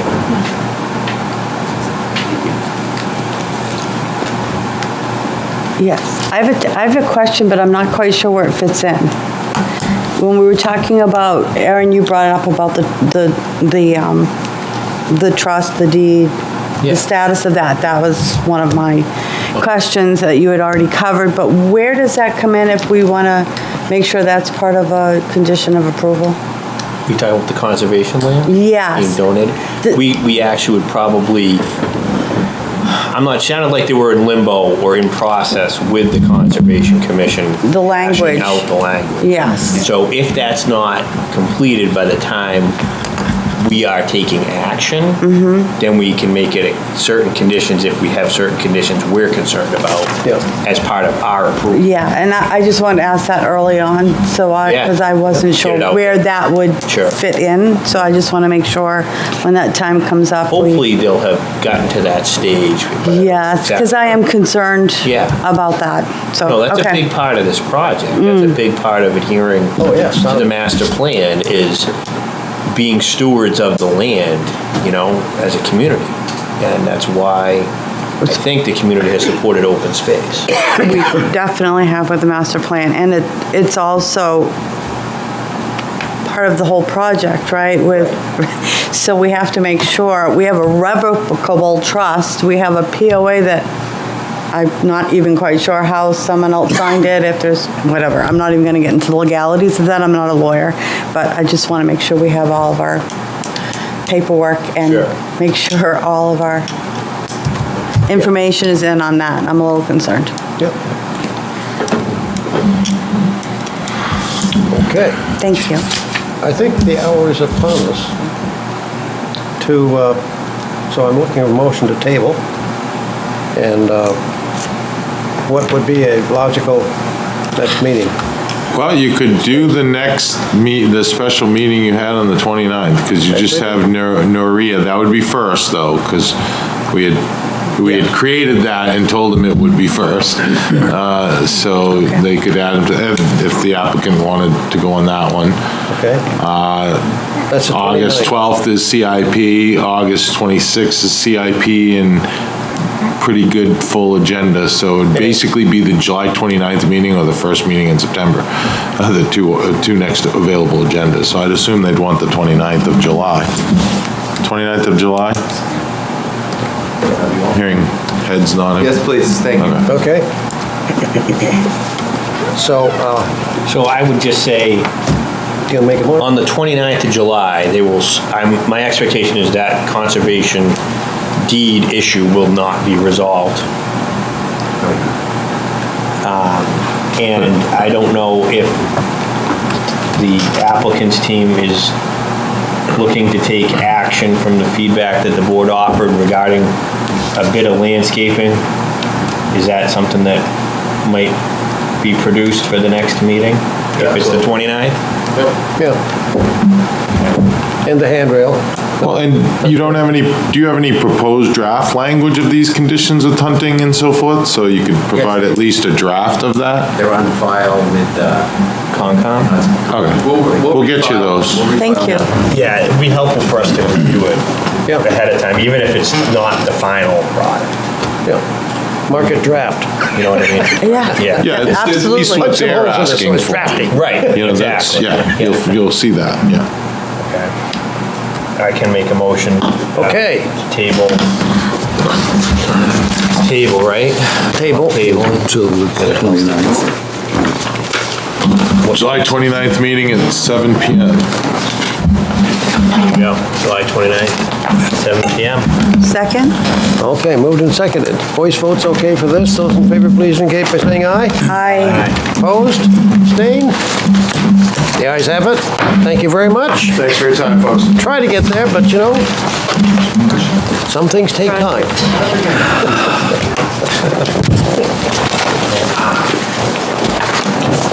What else we got on the agenda? I read the 5-second book. There's a 5-second. Thank you. That's what I played tonight. Clarence Thomas. Okay. You got any, you two have anything to talk about on master plan? No, since we didn't have the last meeting. Did not meet. So we don't have to have that, it's not here. I know. Oh, I would have not. I figure soon we're gonna be back to. I'm hoping we're not, but I think we will. I haven't loosened up all of my restrictions at my office, so. No, because Yes, we are. We're still in session. The But a few good things. Call the meeting back to order, please. Delayed process, as we get an extra guardrail. Seriously, No, I agree. little things like that. This has nothing to do with that. But I hear you. Under other business, we have master plan listed, if there's any No report report. there. No Nothing to report? report. Okay. Back on. Dave, do you have any field modifications? None requested. None requested. Bond letter or letter of credit reductions releases? Nope, none requested. I had to think on that for a second. Do you have an adjournment motion? Motion to adjourn. Okay. Second.